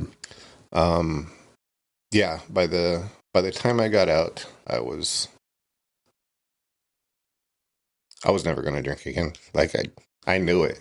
Like, would you say your obsession was lifted going back or thinking about that? As far as the obsession for alcohol. Yeah, the obsession for alcohol. Not the thought. You know, not the thought. I mean, Yeah. Well, what I mean by that is like I can be around it. Let me rephrase that. I can be around it all day long because I have zero. Rob says it. I say it. I don't think about drinking any more than I do breathing. Right. Because that obsession's gone. Yeah. So. And page 64 tells me that alcohol wasn't my problem anyway. Right. I was the problem. Yeah. Liquor was just a symptom. But yes, I believe it got lifted. And I was telling Mary, there's a few things that I really took away from inpatient rehab is the three-headed dragon, right? Oh, yeah. And from a sobriety standpoint, like there's many different interpretations of the three-headed dragon. Give me yours. Mine that I use currently is physical, psychological, and spiritual. If I keep those three heads on and they're all in alignment, my life is beautiful, right? How often are all three in alignment? It's work, maybe. Yes. But I remember in rehab, it was drinking, thinking, and feeling, right? And you're chopping off those heads of the dragon, which kind of say that again. Drinking, thinking, and feeling. Okay. So that really resonated with me at the time. I was like, okay, not that I've perfected all those things, but I've managed all those things. So what does the three-headed dragon mean to me now? And that's the physical, psychological, and spiritual. Those three things. You keep those at a good, steady balance. I like that. You should be in harmony, right? I feel. I just got to get the physical. Me too. I've been lacking that. Spiritual is the most important one. Right. It is. Spiritually fit. Thank God, because it keeps me mental. Yeah. If without that. Right. Yeah. I wish the mirror would say the same thing, but it doesn't. And the scale? Yeah, and the scale. From it stem all forms of spiritual disease, for we have not only been mentally and physically ill, we've been spiritually sick. But when the spiritual malady is overcome, we straighten out mentally and physically. Spirituality is always first. Yeah. Never last or never second. Once that's, then the other two will fall in line. Mm. Or you have a chance for the other two to fall in line. You'll get there, baby. Yeah. So you get out of rehab. The other thing that I took away was the sleeping tiger. Yeah. Like, he's that's where he's at. Yeah. Yeah. And he's growing. He's growing. He's doing push-ups right now. Yeah. Our tiger's doing push-ups. Yeah. And we had a conversation. Me and Mary had a conversation about that. And she's like, really? I don't think that it would be like that initially, like the first day drinking or whatever. But I think eventually, like, it's progressive. with a quickness, it would definitely. So you understand that? Yeah. Oh, I've seen it. We've seen it. Yeah. Yeah. Time and time again. Yeah. You spend a little while in the rooms. Yeah. Yeah. Yeah. Well, it's being a sponsor of a few men. You'll see it. Yeah. A lot of us die out there because that tiger wakes up. Yeah. The first couple times, maybe the first day or two. Yeah. Maybe a week or a month or two. Yeah. But it's progressive. You eventually become right where you were, worse. Yeah. And I know I've got another drunk in me. Yeah. I do not have another recovery. Right. Because I know where I ended up was about where you ended up. Yeah. Yeah. So yeah. And at this point, I got 10 years, man. I got too much fucking time invested. And this is the most time I have had invested in anything besides our marriage. You know what I mean? That's about the same time. I mean, you. Close. If you were that man, she wouldn't be here. No. So, but you were gone for 28 days after he had. Did you wonder what the fuck? Well, he ghosted me. You son of a You son of a bitch. And I was like, Yeah. I was dating, doing whatever. And then come October, he messages me on Facebook and was like, hey, can I call you? I'm like, okay. Motherfucker, that was all. I'm like, Hey, that's fine. He's got that great fucking beard. Yeah, I'm like, go he ahead. was super handsome. Okay, whatever. And I don't know anything in between what's going on. So he calls me and he's like, I was like, oh, I answer the phone. I'm like, Gladys, you're not fucking dead. And he goes, I've been in rehab for the last, and I was like, oh, well, fuck. Okay. I don't know how to respond to that. Right. I'm 24. I'm like, I don't know. I don't even have a frontal lobe yet. I don't know what to say. It's almost developed. It's almost there. I was close. But so, yeah. And then we talked and he's like, I'd like taking a date. I'm like, okay, cool. Great. Yeah. That was October. Yeah. First week of October. And then went on a date. Second worst first date in my entire life. Whoa, second worst first date? Come Yeah. on, where'd you guys go? I can explain why. Well, somebody didn't know how to date sober. No. So No, I get it. I'm sure he didn't. That's kind of what I'm waiting for. Yeah.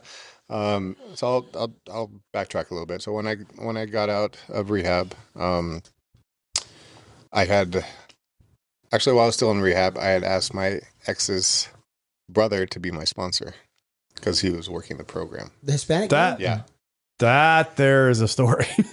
And I told my ex that if we ever broke up, that I would get clean and sober and start working out. So if I'm still sober till this day out of spite, maybe, Wow. But yeah, so in another spiteful way, I had her brother be my sponsor. So it was pre-COVID time, so Right. we had our weekend visits, and he came up there, brought me cigarettes. My mom visited, and I remember we had to make our first amends. So my mom had to sit directly in front of me, and Oh, yeah. I had to I remember that one. the letter that From I had written Maynard's. her, and that tore me up. Can I ask a quick question right Yeah. there? Was your mom still drinking at that time? So my mom quit drinking 2 weeks after I went into rehab. Okay. God bless. And she never worked a program, you know, she may still have character defaults that, you know, are going to live with her the rest of her life, but at least she's not drinking, right? Like She's sober. she's sober. She's sober till this day. She'd never drink again after that. Tell me about the letter. The letter, the parts that I remember, it was just basically telling her sorry for being such a piece of shit son. Wow. You know what I mean? Like all the things that she had to put up with when she was just trying to give me the best life that she could, right? But nowhere in that letter did it say you were a fucking drunk too. We're not supposed to do No. Well, No, that's no, what no. I was getting at. That's what I was getting at. Because there's one question I want to ask you yet, but it hasn't. Because when you had your revelation before you went to rehab, you had called your daughters, your oldest daughters, the mother, and just laid it on. I mean, and just blistered her. Yeah. Even though you were the problem. Yeah. Did you ever correct that? I actually spoke with her several times before I went into rehab. Yeah, when I was staying at my mom's house. Okay. I was in contact with my mother's or my daughter's mom. Yeah. Yeah. And that Go ahead. she, knowing Shawn's story, that woman's a saint because Bless you to say stuff like that. That's good. the amount of love for her daughter and even just the well-being of Shawn to not put him through what I probably would have put him through if I was her is astonishing as a female Wow. to have done. And she, I think, was one of the contributing factors of making sure that Shawn was able to reconcile with his oldest. yeah. Wow. Yeah. Yeah, definitely. Like Well, saying that because we were talking when Larry was dicking off. It's rare because I've decided to sponsor. You know, it's rare when a lot of times the parents will use the children as weapons. And obviously she didn't. She put the daughter first, as she should have, which is awesome, which is amazing. Yeah. She was a very good mom. She is a very great mom. Yeah, I totally agree. Like everything's on me. Like it's all me. It was always me. But with the realization of that is painful, isn't it? It is. It's very painful, and it has been for, you know. He knows that. There's nothing more we want to do than to go back and fix. Go back and fix. Yeah. Oh yeah. You want to fix it so badly. Yeah. Well, that's what men do. You guys are fixers. Yeah. Whether we want to be fixed or not, or Yeah. here it is. But once we know, but when you see the wreckage, you want to, and you can't unring the bell. But what we can do is the next right thing, and you know. Yeah. But it's painful. I know, but I can see it. Yeah. I can feel it. Yeah. Hey, let me ask you a question, Larry. Yeah. Why you got to do it right fucking now when I'm trying not to fucking cry, prick? I mean, Why do you want to cry? I just because do you love your daughters and your wife? I can feel that pain. That I know. I can feel it. I hope. I can feel it, and it hurts. It does. There's nothing we can. It fucking hurts. And, I'm glad you're here.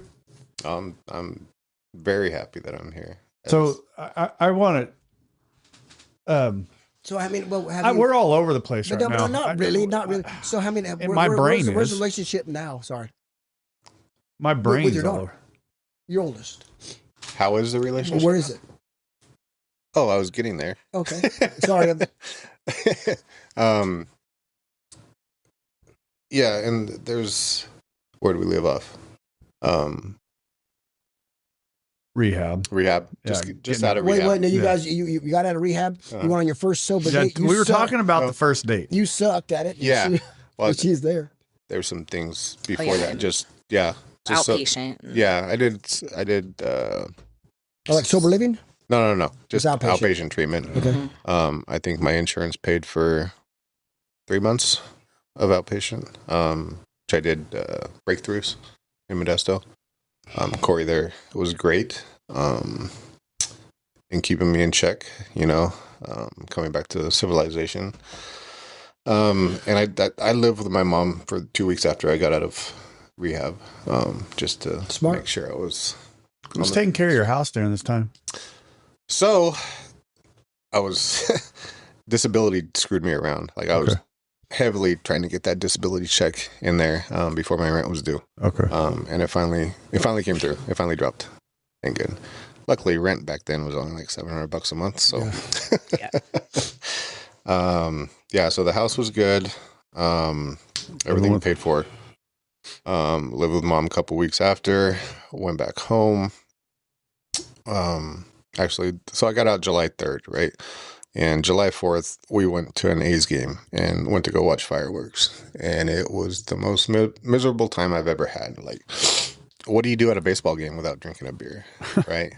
And then it's fair time. I go to the fair. This is even worse. Like, I can't go to beer gardens. Like, no, you can't. You can't. You better figure it out. Like, you better find something else to occupy your mind and your time, you know? And it was like that for a while. I just had to go out there and keep doing things. How was your sponsor? Didn't work any steps, obviously. I had started to, and that's the thing, right? Like, my garage was full of beer signs and mirrors and shit. And he was like, "You have to take those down. That's a reservation." I was like, "What? What are you talking about? I like it. It looks cool." Right? Like, I can guarantee you I'm not going to drink again. Because of a fucking sign. Yeah, I can guarantee you I'm going to keep this shit up in my garage because it looks cool and I paid a lot of money for it, right? And then, you know, no new relationships for a year. Well, if I would have taken that advice, I wouldn't be with my wife right now. Right. Possibly, right? That's a stupid... You know, no, they say no major decisions for at least a year. Yeah. Motherfucker, I just turned my will and my life over to the care of God. Or I mean, I just went into, if that's not a major decision, what is? Yeah.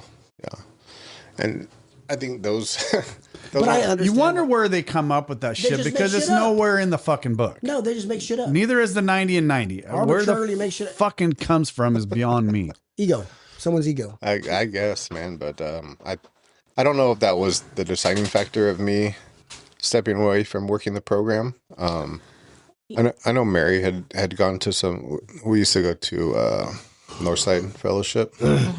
That's a rough one. It is very rough. A lot of in and outers, man. Like, and no comment.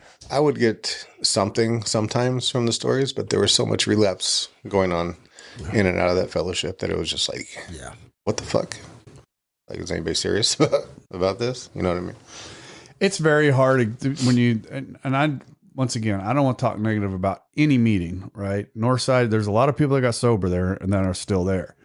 But which one? The one that broke off first time? The one that broke off God, or the one that broke off because they wanted to smoke pot? All right, let's move on then. Okay, go ahead.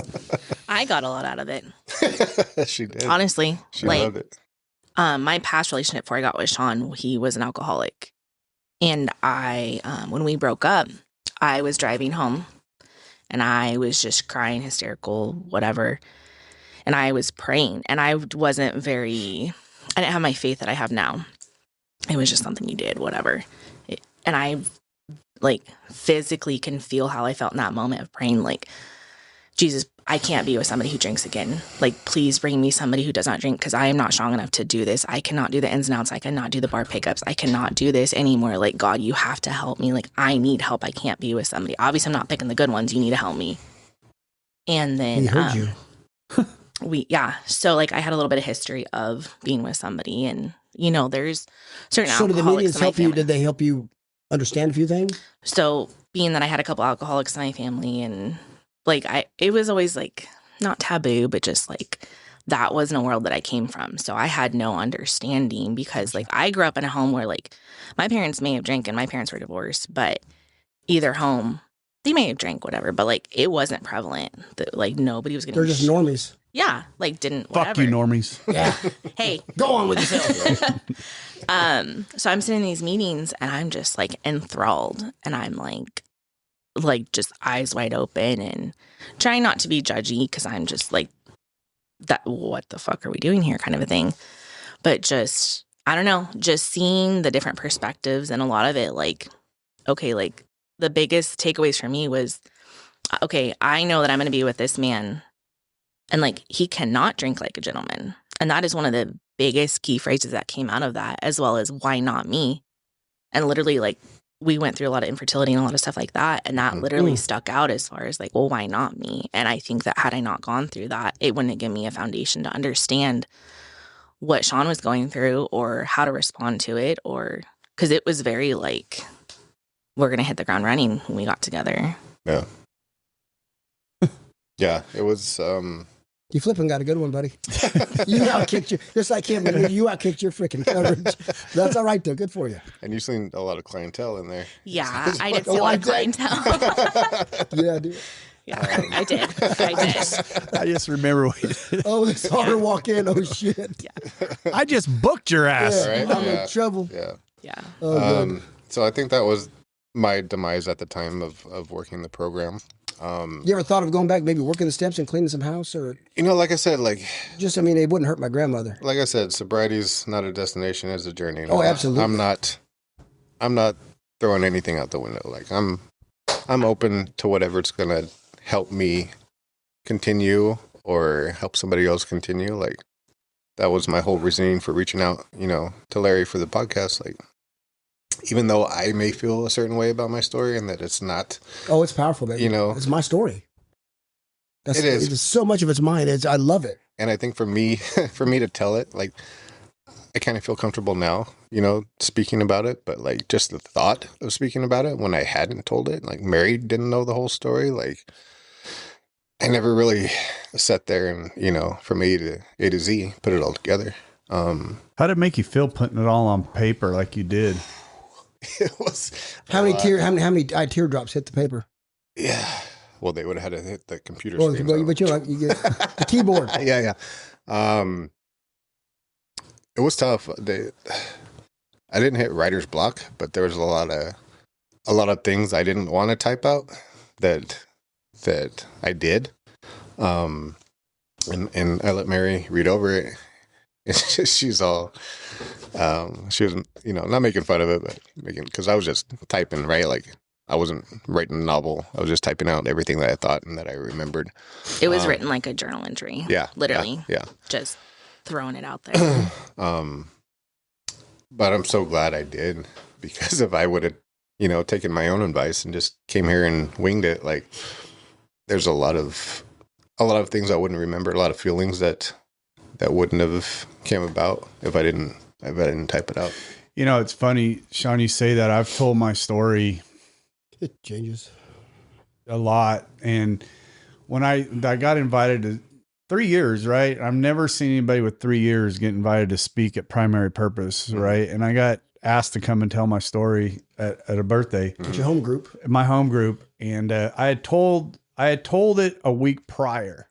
And there was a part of my story that I never said out loud, ever, even behind the walls with my wife, ever. And it just flowed out of me and when I was literally done, I can remember thinking, where the fuck did that even come from? I've never spoke about that anywhere. Someone in that room needed to hear that. Have I spoke about and that? God will pull it out of you. And it was know what I'm talking about. Factual. It wasn't shit I embellished. It was nothing. It was literally shit that just came out. And I can remember as I was saying it, what the fuck is going on right now?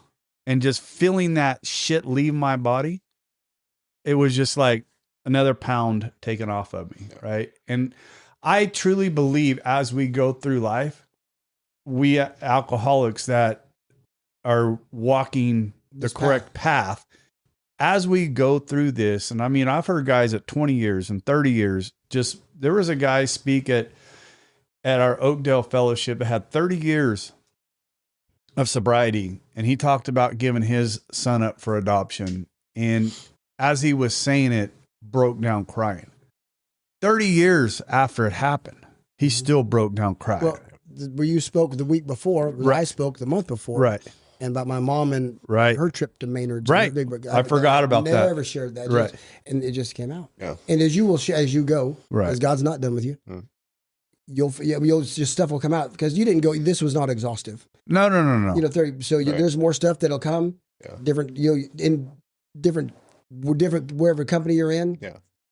So different parts of your story will need to come out. Yeah. It's amazing. There's some more here that I'm not going to let him leave until I get, because I've had a moment to speak with you. So a couple questions I want to, because are you done? Do you got more of your story you're going to tell? Yes. Okay, keep going because I got questions. I got questions. So yeah, just doing things until they became normal, right? Without having a drink or All the firsts. Yeah. First golf game, first bowling, first whatever. Everything, right?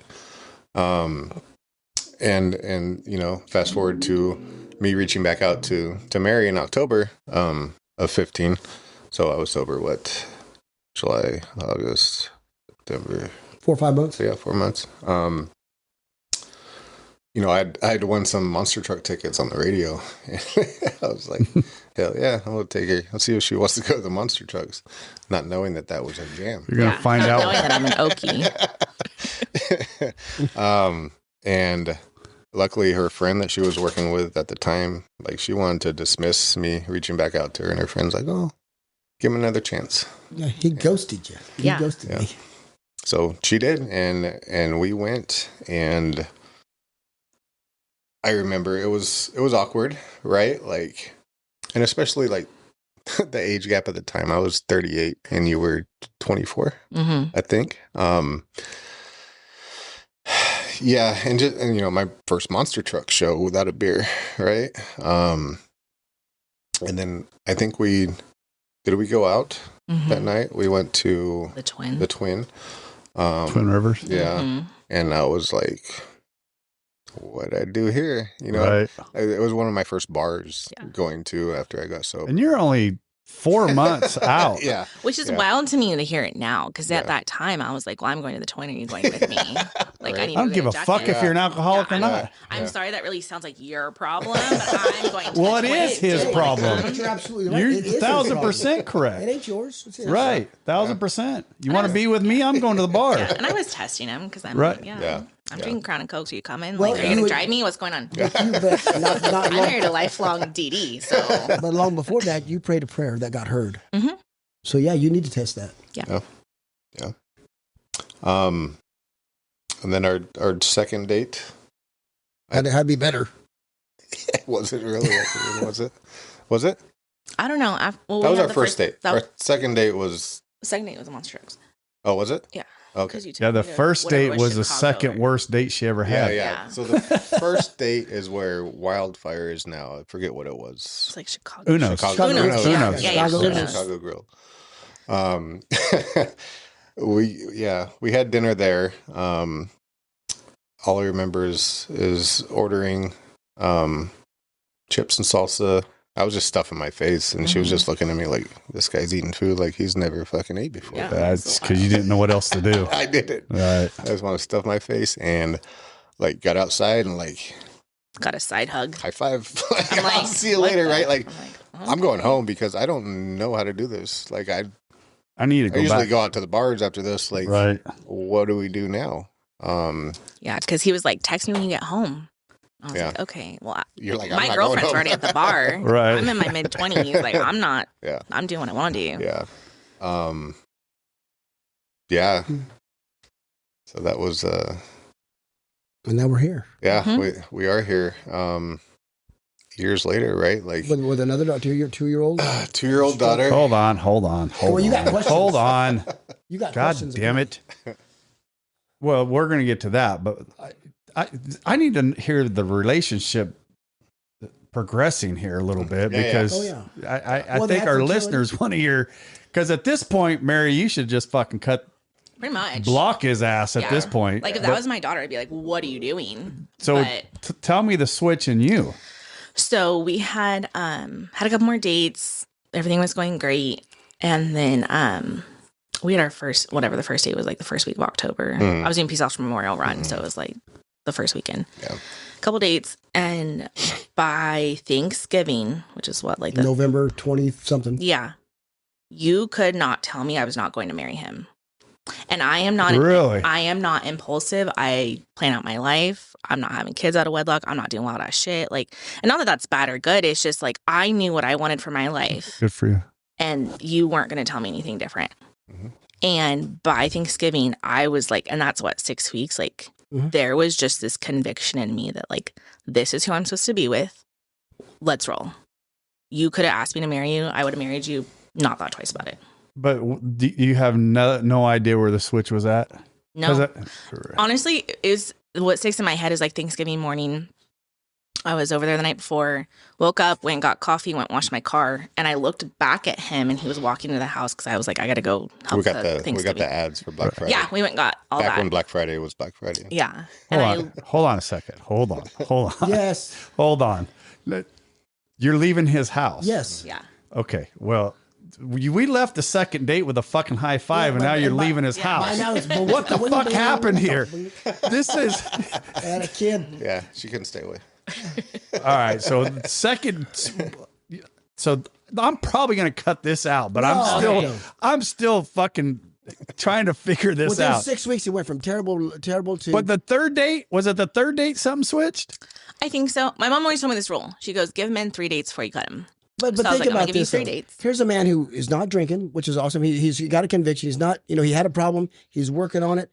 He's not trying to jump your bones right after the first or second date. You're getting a high five or a hug. Mm-hmm. This is different. I mean, this is probably the men you've dated before. Right. You have to be intrigued. Like he was more mature, because he's 30s, but still, he's not doing the things that would normally a man would do. Right. I'm intrigued. I would think. And I had been dating like the alcoholic before, and like I was in like a 4 or 5 year relationship before that, so I was very. I'm thinking the prayer is hitting home. No, I'm thinking the same thing. And like, I don't know, something, we were just like, I was working swing shift at the time. So I was getting off. I mean, I would work 16s, 20s, whatever, and get off hella late in the morning. And we just were talking the whole time and going on dates and just hanging out. And friendship happening. Yeah. Okay. I like I said, I couldn't go from the high five at Uno's to leaving his house. I'm like, wait. Okay, so now that we got there, okay. Thanksgiving. So now we're there. Our first kiss was our third or fourth date. Yeah. Okay. I think, What was your mom's rule? She goes 3 dates. 3 dates before you cut a man. Okay. Fair Thank you, Mom. Thank you, Mom. Yeah. You need to thank her. I'm sure he has. So you're leaving on Thanksgiving. Leaving on Thanksgiving. You look back and I'm going to marry this cat. I literally looked out the door or out the window, and I was driving away, and I looked back, and I was like, "Okay, God, got it, got it. I'm done." Me chills. Like that was. It still gives me chills. Like you could not convince me that like I've never in my entire life known exactly what I was supposed to be doing at the same exact moment. Like that was my calling. That was it. That was me walking Katie out of the hospital. Yeah. Know that feeling very well. Mm-hmm.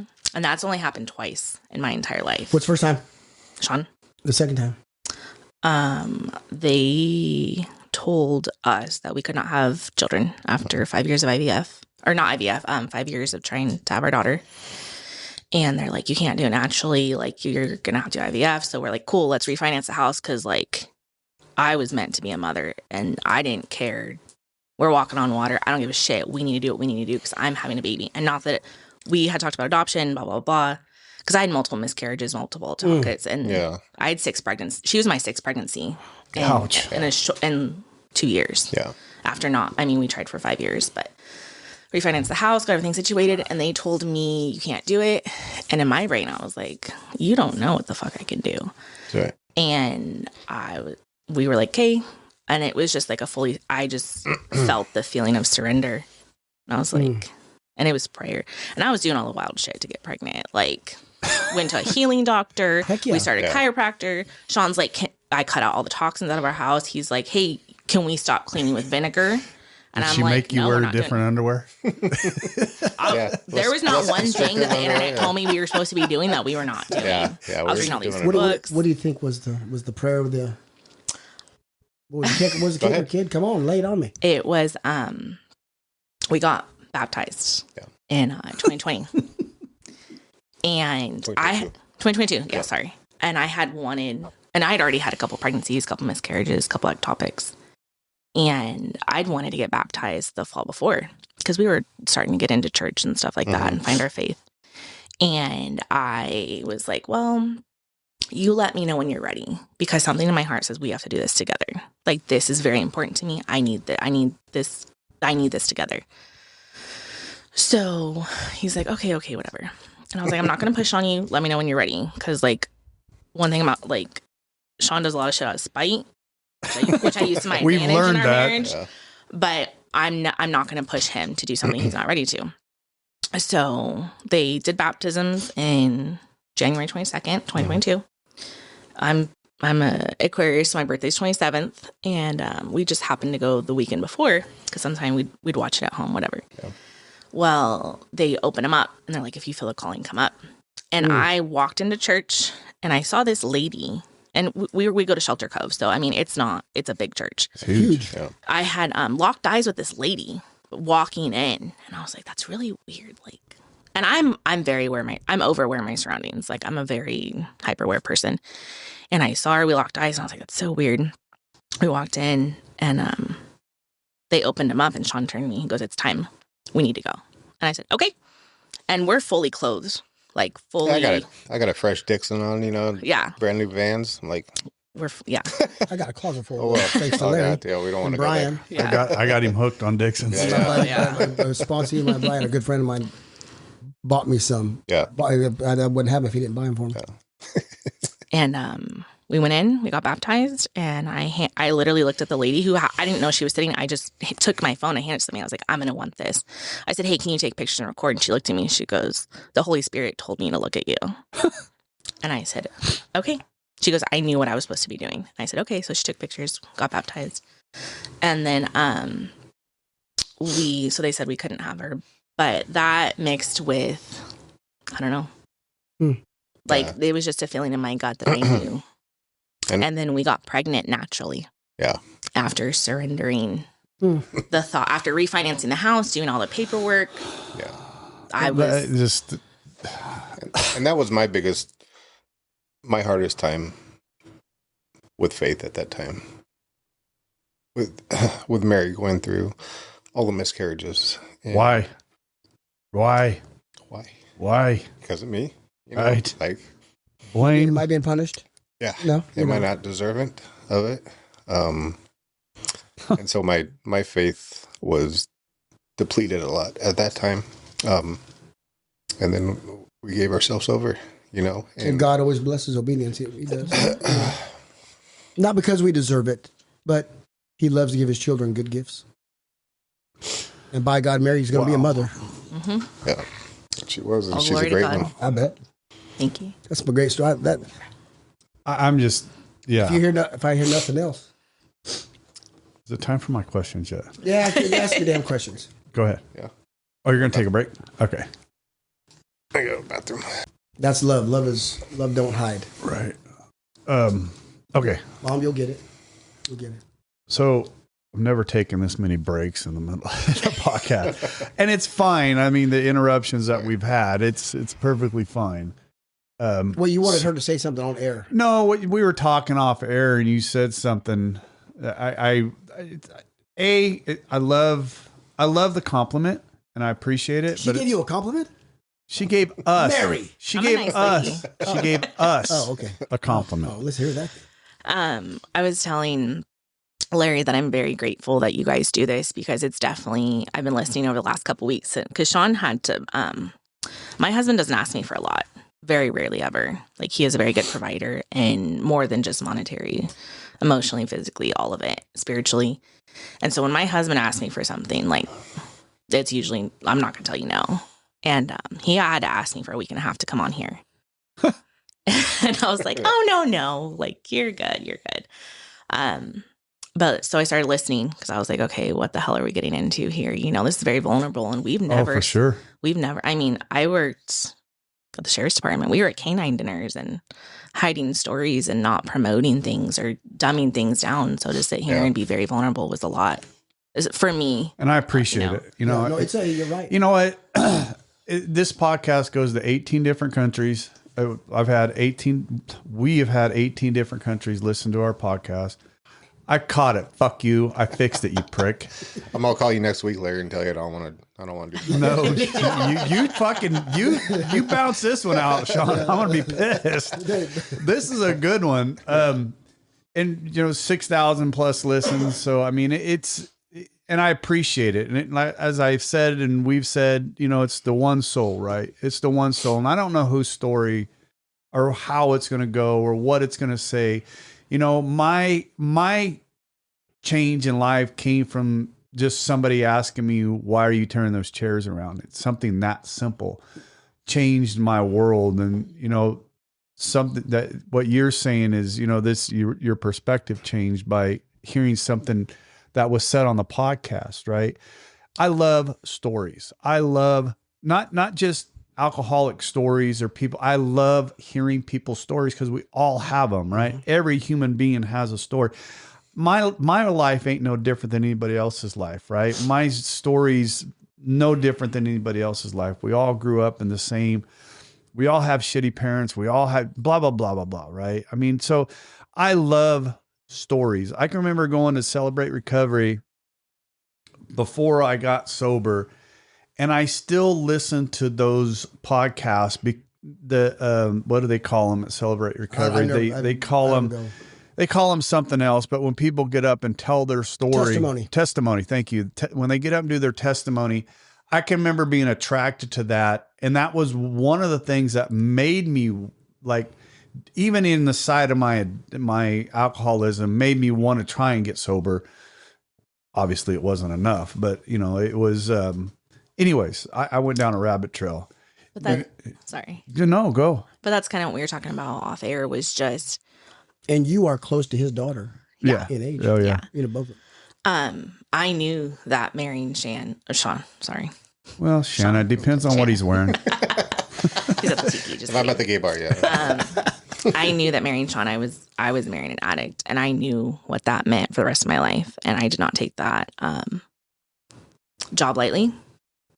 And I know it's always going to live in our heads. It's always going to be there. But I knew, like, listening to this has really helped me to not bring it to light or that I'm concerned about it. But sometimes it just it's so normal. Like, right. We don't think about it no more. Right. It's just, it is what it is. But it's definitely helped to shift my perspective on certain things, or why his brain works the way that it does, or why whatever. Because I mean, Shawn and I are very big into mental health. Like, we both go to therapy. Oh, yeah. We both go to active therapy. We've been in therapy for years. Yeah. Oh, that explains a lot then. We've done marriage therapy before, and like Shawn's perspective on therapy. You want to tell your perspective on? Well, it's just like, I know there's a perception of somebody that is sober and doesn't work the program, you know, that they're not getting the spiritual side. And I'm getting, you know. Yeah, I was going to say, you're not a white knuckler. No. He's not by far. No. I mean, you're rare. And I told you that on the phone. But guys like you are rare. But it wouldn't. Say it. It still wouldn't hurt to clean. I mean, it would open up your eyes. I mean, you would, once you did it, not that you need it, I would say, but you would be grateful. Wow, I'm so grateful I did it, and especially now where you're at. Yeah, and I'm sure if I opened up my big book again, there would be a lot of things in there that resonate with, you know. But I think how I am now and how I feel now. A lot of it too is you have been this pillar of openness within, like, our community, and I give you a sobriety coin every year. You do. Yeah. Really? Yeah. Every year. Good. His 10 years, he came home in June, and the house decorated, and like, it's a big deal. We celebrate. It was a badass one. I got it on at work, you know. But how many of those rings have you given away? Are those coins? 5. And how, you know, like, they come and they seek you out, and you're such a support for them. Yeah. And I don't know what it is in alcoholics' brains. I don't know how you guys find each other, but there's just this like a gay bar. Telepathic. It's like, it is God. It's our gaydar. You're right. It's God. It's gaydar. But, you know, like, it's just, you started working the program. Like, you know, I met your sponsor. I was friends with your sponsor. Yeah. So, yeah, no, and it's just we fell into, well, not fell into, but like, we did premarital counseling. You know what I mean? And then from that, doing the group counseling together, we kind of did our own counseling separately, right? And that kind of didn't fill the void of working the program, but it kind of did, right? It does. I mean, because I have my own person that I can talk to. It's accountability, and it's openness, and it's So, what are your questions? I was kidding. Go ahead. Fuck is your problem over there? He's wanting to say something. Fuck. Shawn, he's wanting to say something. No, I just, there's a few things, and you're through your story. I have a little bit. Go. Oh. I want Shawn to finish his story because we got distracted. Can I ahead. interrupt? Real No, quick? shut up. I have things to say, sir. Like, I don't know if I said it earlier, but we've never sat down and had these conversations. We've had the conversations, I put the pieces together, and I love this man with my whole heart. But to sit down across from him from a table and hear this, and knowing that the not prerequisite, but the pre-conversations that we had to this is our oldest daughter, his oldest daughter, however you want to word it. She doesn't know his story. And this,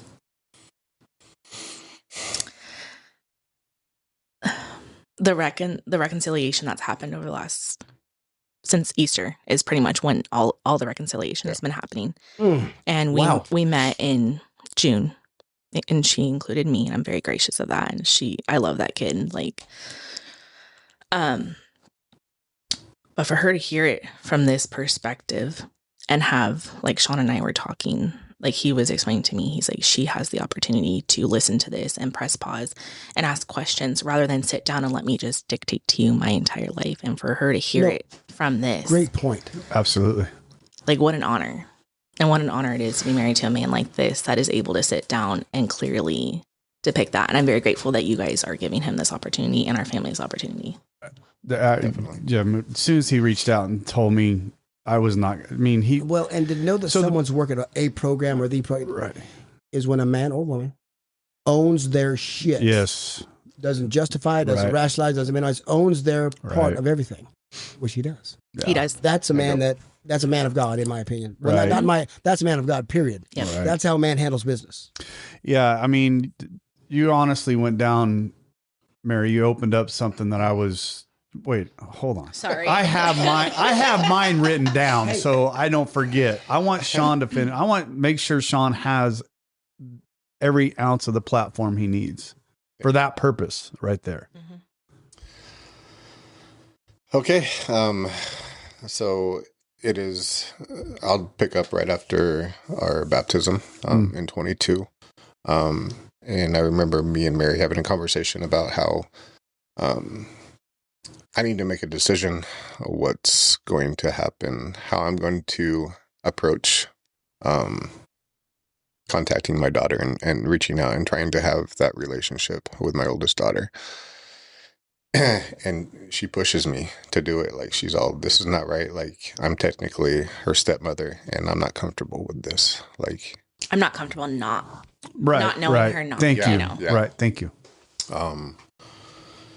And so it was around that time in 22 that I consistently started texting my daughter. Whether she responded or not, consistently on her birthday, holidays, I would text her and wish her a happy holiday or happy birthday and tell her that I love her, and I didn't always get a response back. And I remember I'd text her about Mary being pregnant and my youngest daughter being born, and she had wrote back. She said, when the time is right, I would love to meet her. And I didn't read too much in it at the time, but it was a premonition of what was to come, right? And I don't think I got a response back from my oldest since Thanksgiving of 23. And I'd reached out to her on Easter of this year, and she responded back.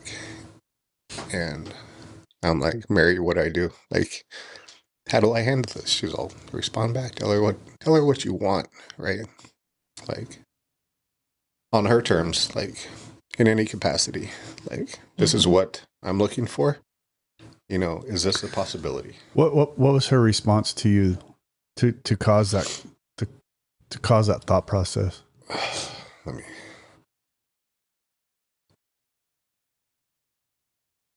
You want me to answer? Well, obviously, while your finger twitching, there's been a lot of conversation. Good. So there has not been one day that has passed since Easter that either I have texted her or she's texted me, which I couldn't imagine, you know. It's fine. You can paraphrase it.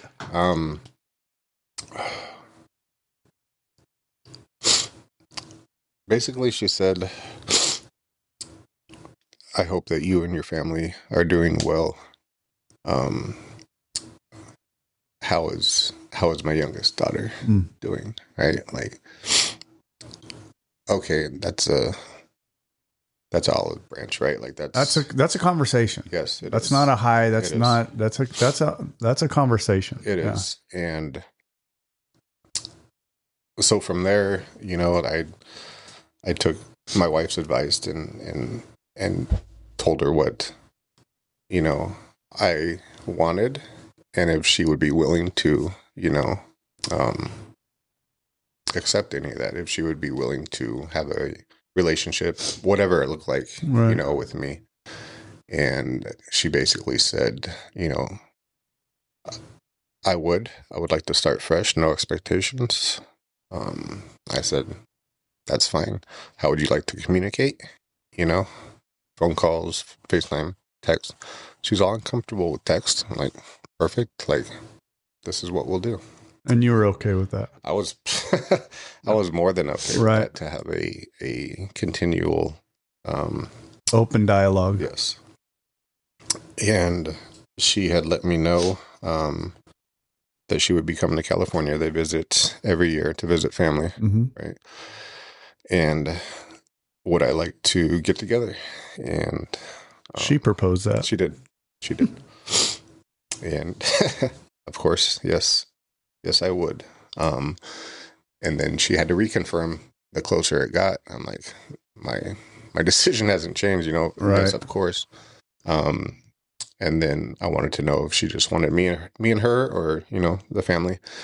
And obviously, you know, in my selfishness, like, yes, I just want me and my daughter. Oh, for sure. I can imagine. And I want that, right? Right. But her boyfriend was with her, and she wanted to bring her boyfriend, and, you know, probably comfortable for her. Yes, safety blanket type of thing, and that's perfectly fine. I want to meet the person that you want to spend time with, right? And she wanted to meet Mary and my youngest daughter. So yeah, we set up the date to meet. We went out to dinner. We went out to Dust Bowl, and yeah, I don't know why but okay. And I don't know if it was subconsciously, but I think I told you, Larry, like, does my daughter drink? You know, right. No, we talked about this. Yeah, and is this passed down for me? Like, do you have you know, potential for a problem, right? And we ordered drinks, and they both ordered sodas, I think, and I had brought it up. I'm like, do you like to drink? She said, in high school, you know, like every high school kid or whatever. But she said, really, not really. And that just, like, thank God. Right. You know? Because those are conversations that we've had. Yeah. Like, is this something she struggles with? Is this something? Yeah. Did I give her the worst part of me? Right. Yeah. Mm-hmm. And then somebody told me it skips generation. I'm like, great. So my youngest is going to be an alcoholic. Right? No, but It didn't skip generations in my family. I don't think that's true, baby. It's bad bullshit. Sorry. Kids us right in the face. But, you know, awkward. It was awkward, but I just came out and said, this is awkward, you know, and this is good for you. I've been waiting for this for so long. I explained to her how much guilt and shame. Right there in the middle of the Dust Bowl. Yeah. God damn. How much guilt and shame that I carry for what I did to her. Good for you. Good for fucking you. God damn. Yeah. Good for you. What came out of her mouth next, I did not expect. I was so young that one day you were there and one day you weren't.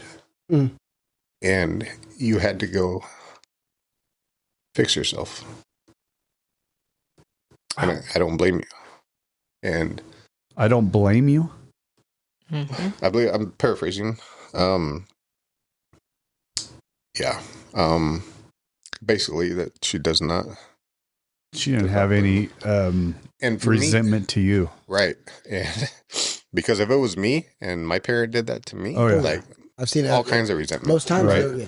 She told him, you wouldn't be where you are today, and we wouldn't be sitting here had you not done what you did. Oh, yeah. And what 21-year-old? Right. And she thanked Mary. She's all, I want to thank you because he told me he wouldn't be here without you. Because I opened the table up. I said, hey, I know we're all uncomfy.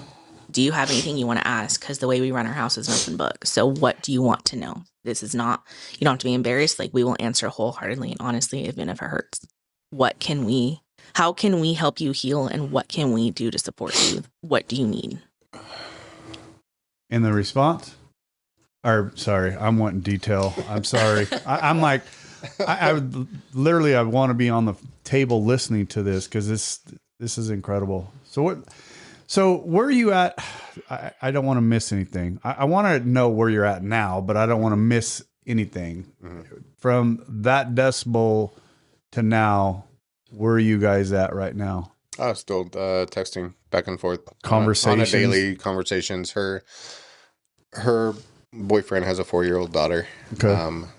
And it's summertime, so they're getting her like every other week. So when my youngest was born, like I wanted so bad for her not to grow up and not want anything to do with me. And it's just my mind, right? I did that to my oldest, and there'd be no fucking reason for my youngest to not want to. But we had some multiple conversations. I mean, we had 5 years to prep for a kid. So there was a lot of conversations happening about how we wanted to parent, how we wanted to style, how this was going to go down, hopefully. And one of the big conversations we had was, you will not parent my child out of the guilt and the lack of healing from what has taken place. Amen. My child will not pay that price. Oh, wow. And how did you accept that? It's hard. I mean, I still work at it to this day. Sure. Like it's very hard because I don't want to be the bad person because I don't want to give her any reason not to. You can overdo it though. I would think, I don't want to sound like I'm coming from a psychologist brain, but I could imagine you may overcompensate. Like your mother I think did. I would. Mm-hmm. Yeah, I think I would. I think as me, because I know how much guilt I carry in me. And we're going to try to fix. And I think and Katie sometimes gets frustrated because I'm over the top wanting to do whatever I fucking can for her. So I try to make up for all the shit I put her through in one day. Yeah. Right. I mean, so I could imagine, and same with my daughters. Right. I mean, I'll do for them what I've never done. Remember, that's not love. No, it's not. It's not. I want my daughter to have, or I want my child to have this because I didn't provide for the first one, or, right. And that's not love. It may look like love, it may seem like love because we're to provide for, but make sure that it's given out of love because I love my, same with your wife. You can't make up for, it's got to be, and love takes different forms, and it's not always in a gift. Sometimes it's not receiving a gift, of not giving, withholding at times. Yeah. But I think you let God lead, you'll be fine. But that's a beautiful way you said it. We don't parent out of guilt like your mother did. Mm-hmm. You were deprived of a father, so I'm going to give you the pickup. I'm going to give you all this. That's not love. Yeah. That's just stuff. Yeah. All right. And I think the pendulum swung so far for him when we had our daughter. And I'm a first-time mom, but it swung so far over that it had to be corrected, and through conversations that we've had, and just like, hey, God was preparing you with those 5 years. Mm-hmm. Beautiful. There is a reason that God waited 5 years to give us her. How hard did you cry when you held her for the first time? Oh, it was overwhelming. The amount of love and joy I felt holding her. Because I wasn't able to do that with my oldest. Right. I was in the middle of getting kicked out of the Army. You weren't there when she was born. But you were mentally physically. not even there. It doesn't matter. I mean, with the alcohol, the drugs, we weren't. We were stuffing and burying, and right. Yeah. The birth of my 2 first grandkids, it was all right. Can we go get a drink now? Right. Yeah. And then when I got to hold my Everly, yeah, emotions. Yeah. Right. Yeah. And just going through the experience with Mary, like the whole experience. Right. the whole time, and almost catching her when she came out. Like, yeah. Well, they told me to stop pushing because they didn't have a doctor, and I literally said, "That doesn't sound like my problem. My husband will get my daughter. Move." You're right. And they're like, "You have to wait. You have to wait. You have to stop." And I'm like, "No, get the fuck away from me. I can do this myself. Move." But I know anything's possible. With being with this woman right here who has pushed me, from 2015 till now, like, so many great things have come into my life and happened to my life because of her. And I know that she has nothing to do with my sobriety, but she has everything to do with my sobriety. Yeah. Good way to say it. We bought a house together before we were married. She had pushed me to go to the VA to get disability compensation. We bought a house together because I said, we're not paying for a wedding. I'm coming home to pay somebody else's fucking rent. True. But she pushed me to go to the VA for disability compensation that, I was 20 years out of the military. Right. There's no way they're going to give me. And sure enough, like, I said, buddy, you got some problems. Things we need to go get checked out. And I had forgotten the stuff that was in my out processing packet. You know what I mean? Because if you're enlisted, they're just going to push you through unless you're, get that DD 214 out and go. Yeah. Mm-hmm. So it helps us out greatly, in monetary value for our family. Yeah, but more than that, you just completed your bachelor's. You're taking a certificate course at UCLA right now. Yeah. You're projected to start your master's in the fall. Yeah.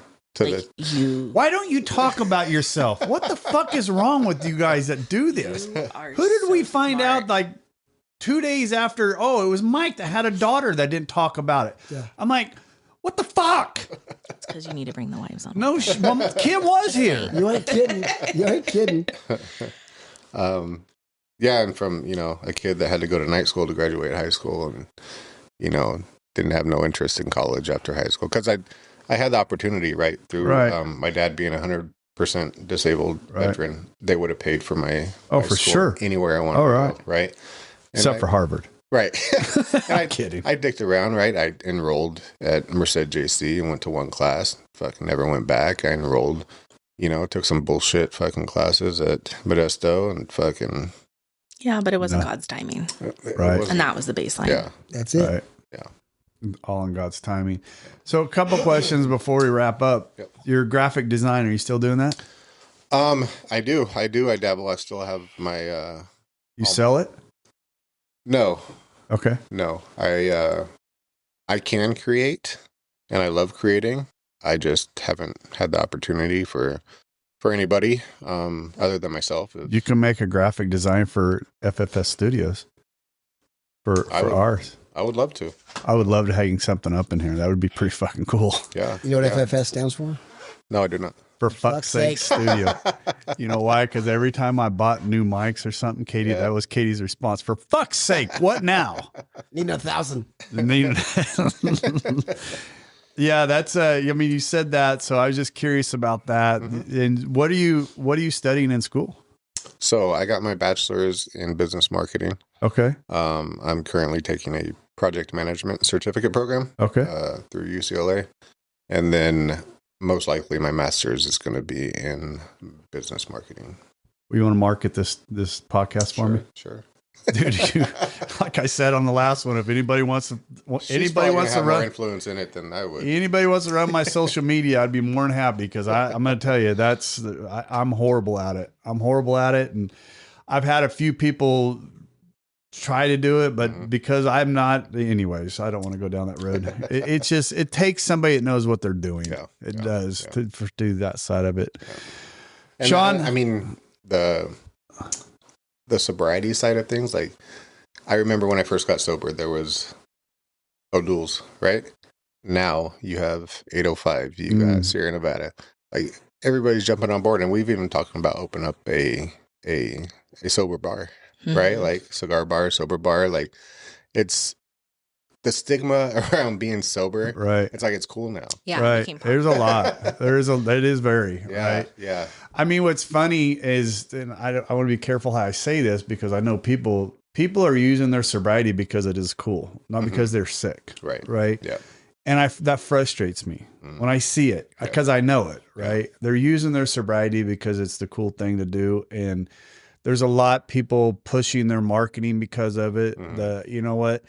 I follow a lot of sober pages, for studying of the podcast. And there's so much monetary stuff happening because of sobriety, and it fucking pisses me off when I see it. Yeah. I had somebody trying to reach out to wanted to be on the show, right? And come to find out, he was pushing a marketing side that he wanted just to do some marketing and call and do some, and I was fucking livid. And I was like, how many more of these motherfuckers are out there using what we worked so fucking hard to get, and many people work so hard to get, and trying to monetize on it. All right. You fucking prick. Yeah. I was pissed. So I'm very, very, there's a lot of people that make money doing this, but are recovering addicts, Right. are solidly into it, and they should be making money doing what they do because they're smart. Yeah. They know what they're doing. We have a lady coming up from LA who owns 2 recovery centers and a recovery center for horses. Oh, wow. She works her ass off. Following her is a blast. And she finally reached back. I've been texting her since like August of last year. She finally decided to come. She finally answered me. So my point is it's just, anyways, I went down a fucking rabbit hole because it pisses me off. Yeah. Yeah. No, understandably, like, and I feel like I feel like I would have the right to do something like that. Absolutely. And it excites me, like, to do something like, but then again, like, oh, in another 10 years, is that going to be popular? Or is it going to, right? Is it a fad? Well, Okay. One day at a time. But cigar bars. Problem is for us alcoholics, this ain't no fucking fad. No. Right? It's not. For the real alcoholics, it ain't a fad. Yeah. Shawn, anything you want to leave us with? I'll just say, one day at a time, and recovery is not a destination; it's a journey. Yeah. And I'm happy to have met, you You've and Rob, and I think our brother Brad says this, right? I don't care how you get sober, as long as you stay sober, right? Yeah. And I mean, I said this a little bit ago. He is an anomaly for somebody that can be 10 years sober and not white knuckled. Well, let's be honest. Who's keeping him sober? God. Well, no. Geez. Oh, all right. Same higher power we got. Well, for me, it's God. Maybe he was a certain type of hard drinker. It doesn't. But I think he's definitely one of us. But for he's sure. doing it the same way we are. Right. Oh, he is. He's going to counseling. Yeah. Getting baptized. But you know what he needs to do? He needs to come join us on Monday night. Hell yeah. And I'll take him to the steps and he'll get a second eye opener. He'll get I knew that shit was coming. I told you, Shawn. He'll get a second eye opener and he'll be even more. I mean, you talk about in the deep end. You did. I told you he's going to fucking hit you with that. Well, there's so much more freedom that you can get. There is. And the thing is, 10 years sober, he's awesome. It's amazing. I love it. This is one of my favorite ones. This is good. Love it. No, thank you. And Mary, thank you for coming because that. No, thank you for asking that, right? And thank you for thinking of that because she is a huge part of your story. Cheers. You know what? I'm gonna throw this out there because especially if your daughter is listening, there's a seat there for you and there's a seat right there for her. That would absolutely be amazing. And God can do all things, as you know. Right. Yes. I mean, it would be absolutely amazing. It was the most difficult thing I ever had to do was sit across from my daughters and listen to them. I can imagine. Pour their hearts out. Yep. But and my wife. But the amount of healing that happened for my daughters. It is happening. And it's still happening. Yeah. And the thought of them coming onto the show, the weeks leading up to it was healing because of the conversations that happened. the month before Katie came up, not even the months, the whole year prior, because Katie, we'd been talking about it for the whole year prior. The conversations that happened were healing and open. It's just incredible. And I would literally fly from wherever I'm at. If she's here and says, hey, we want to record tomorrow, I know that man sitting across from me would do it. So without a doubt, to have something like that, my seat, my house, my seats are open for you. Our seats, just absolutely. Larry, she's here. Let's go. I'm there. We'll heat these mics up in a heartbeat. I appreciate that. Because it's a healing process, man. It's a healing process. And, you know, to do it in this forum, right? I think, Mary, you said that a minute ago. It's just relaxed, right? It's just relaxed. You should forget about these. They're even there. Yeah, it's just a relaxed setting. And anyways, I'm going down that rabbit hole. I want to make sure you know that's 1,000% available for you, open. Yeah, okay. Rob's on a heart out. We got to go. Thank you two very much. Thank you. Mary. Thank you very much for this opportunity. All right, thank you. See ya. I need your help. Oh, God I can't bless tell him. you what it is. You can never. Now let him hear that. He's watched The Town. I feel like Thank you for joining us today. We hope you learned something today that will help you. If you did not, come back next week and we'll try again. If you like what we heard, give us a 5-star review. If you don't like what you heard, kiss my... You can't say that, can you? Anyway, if you don't like what you heard, go ahead and tell us that too. We'll see what we can improve. We probably won't change nothing, but do it anyway. Hey, thanks, Rob. Come back next week and hopefully something will be different and something will sink in. Take care. This has been Recovery Unfiltered.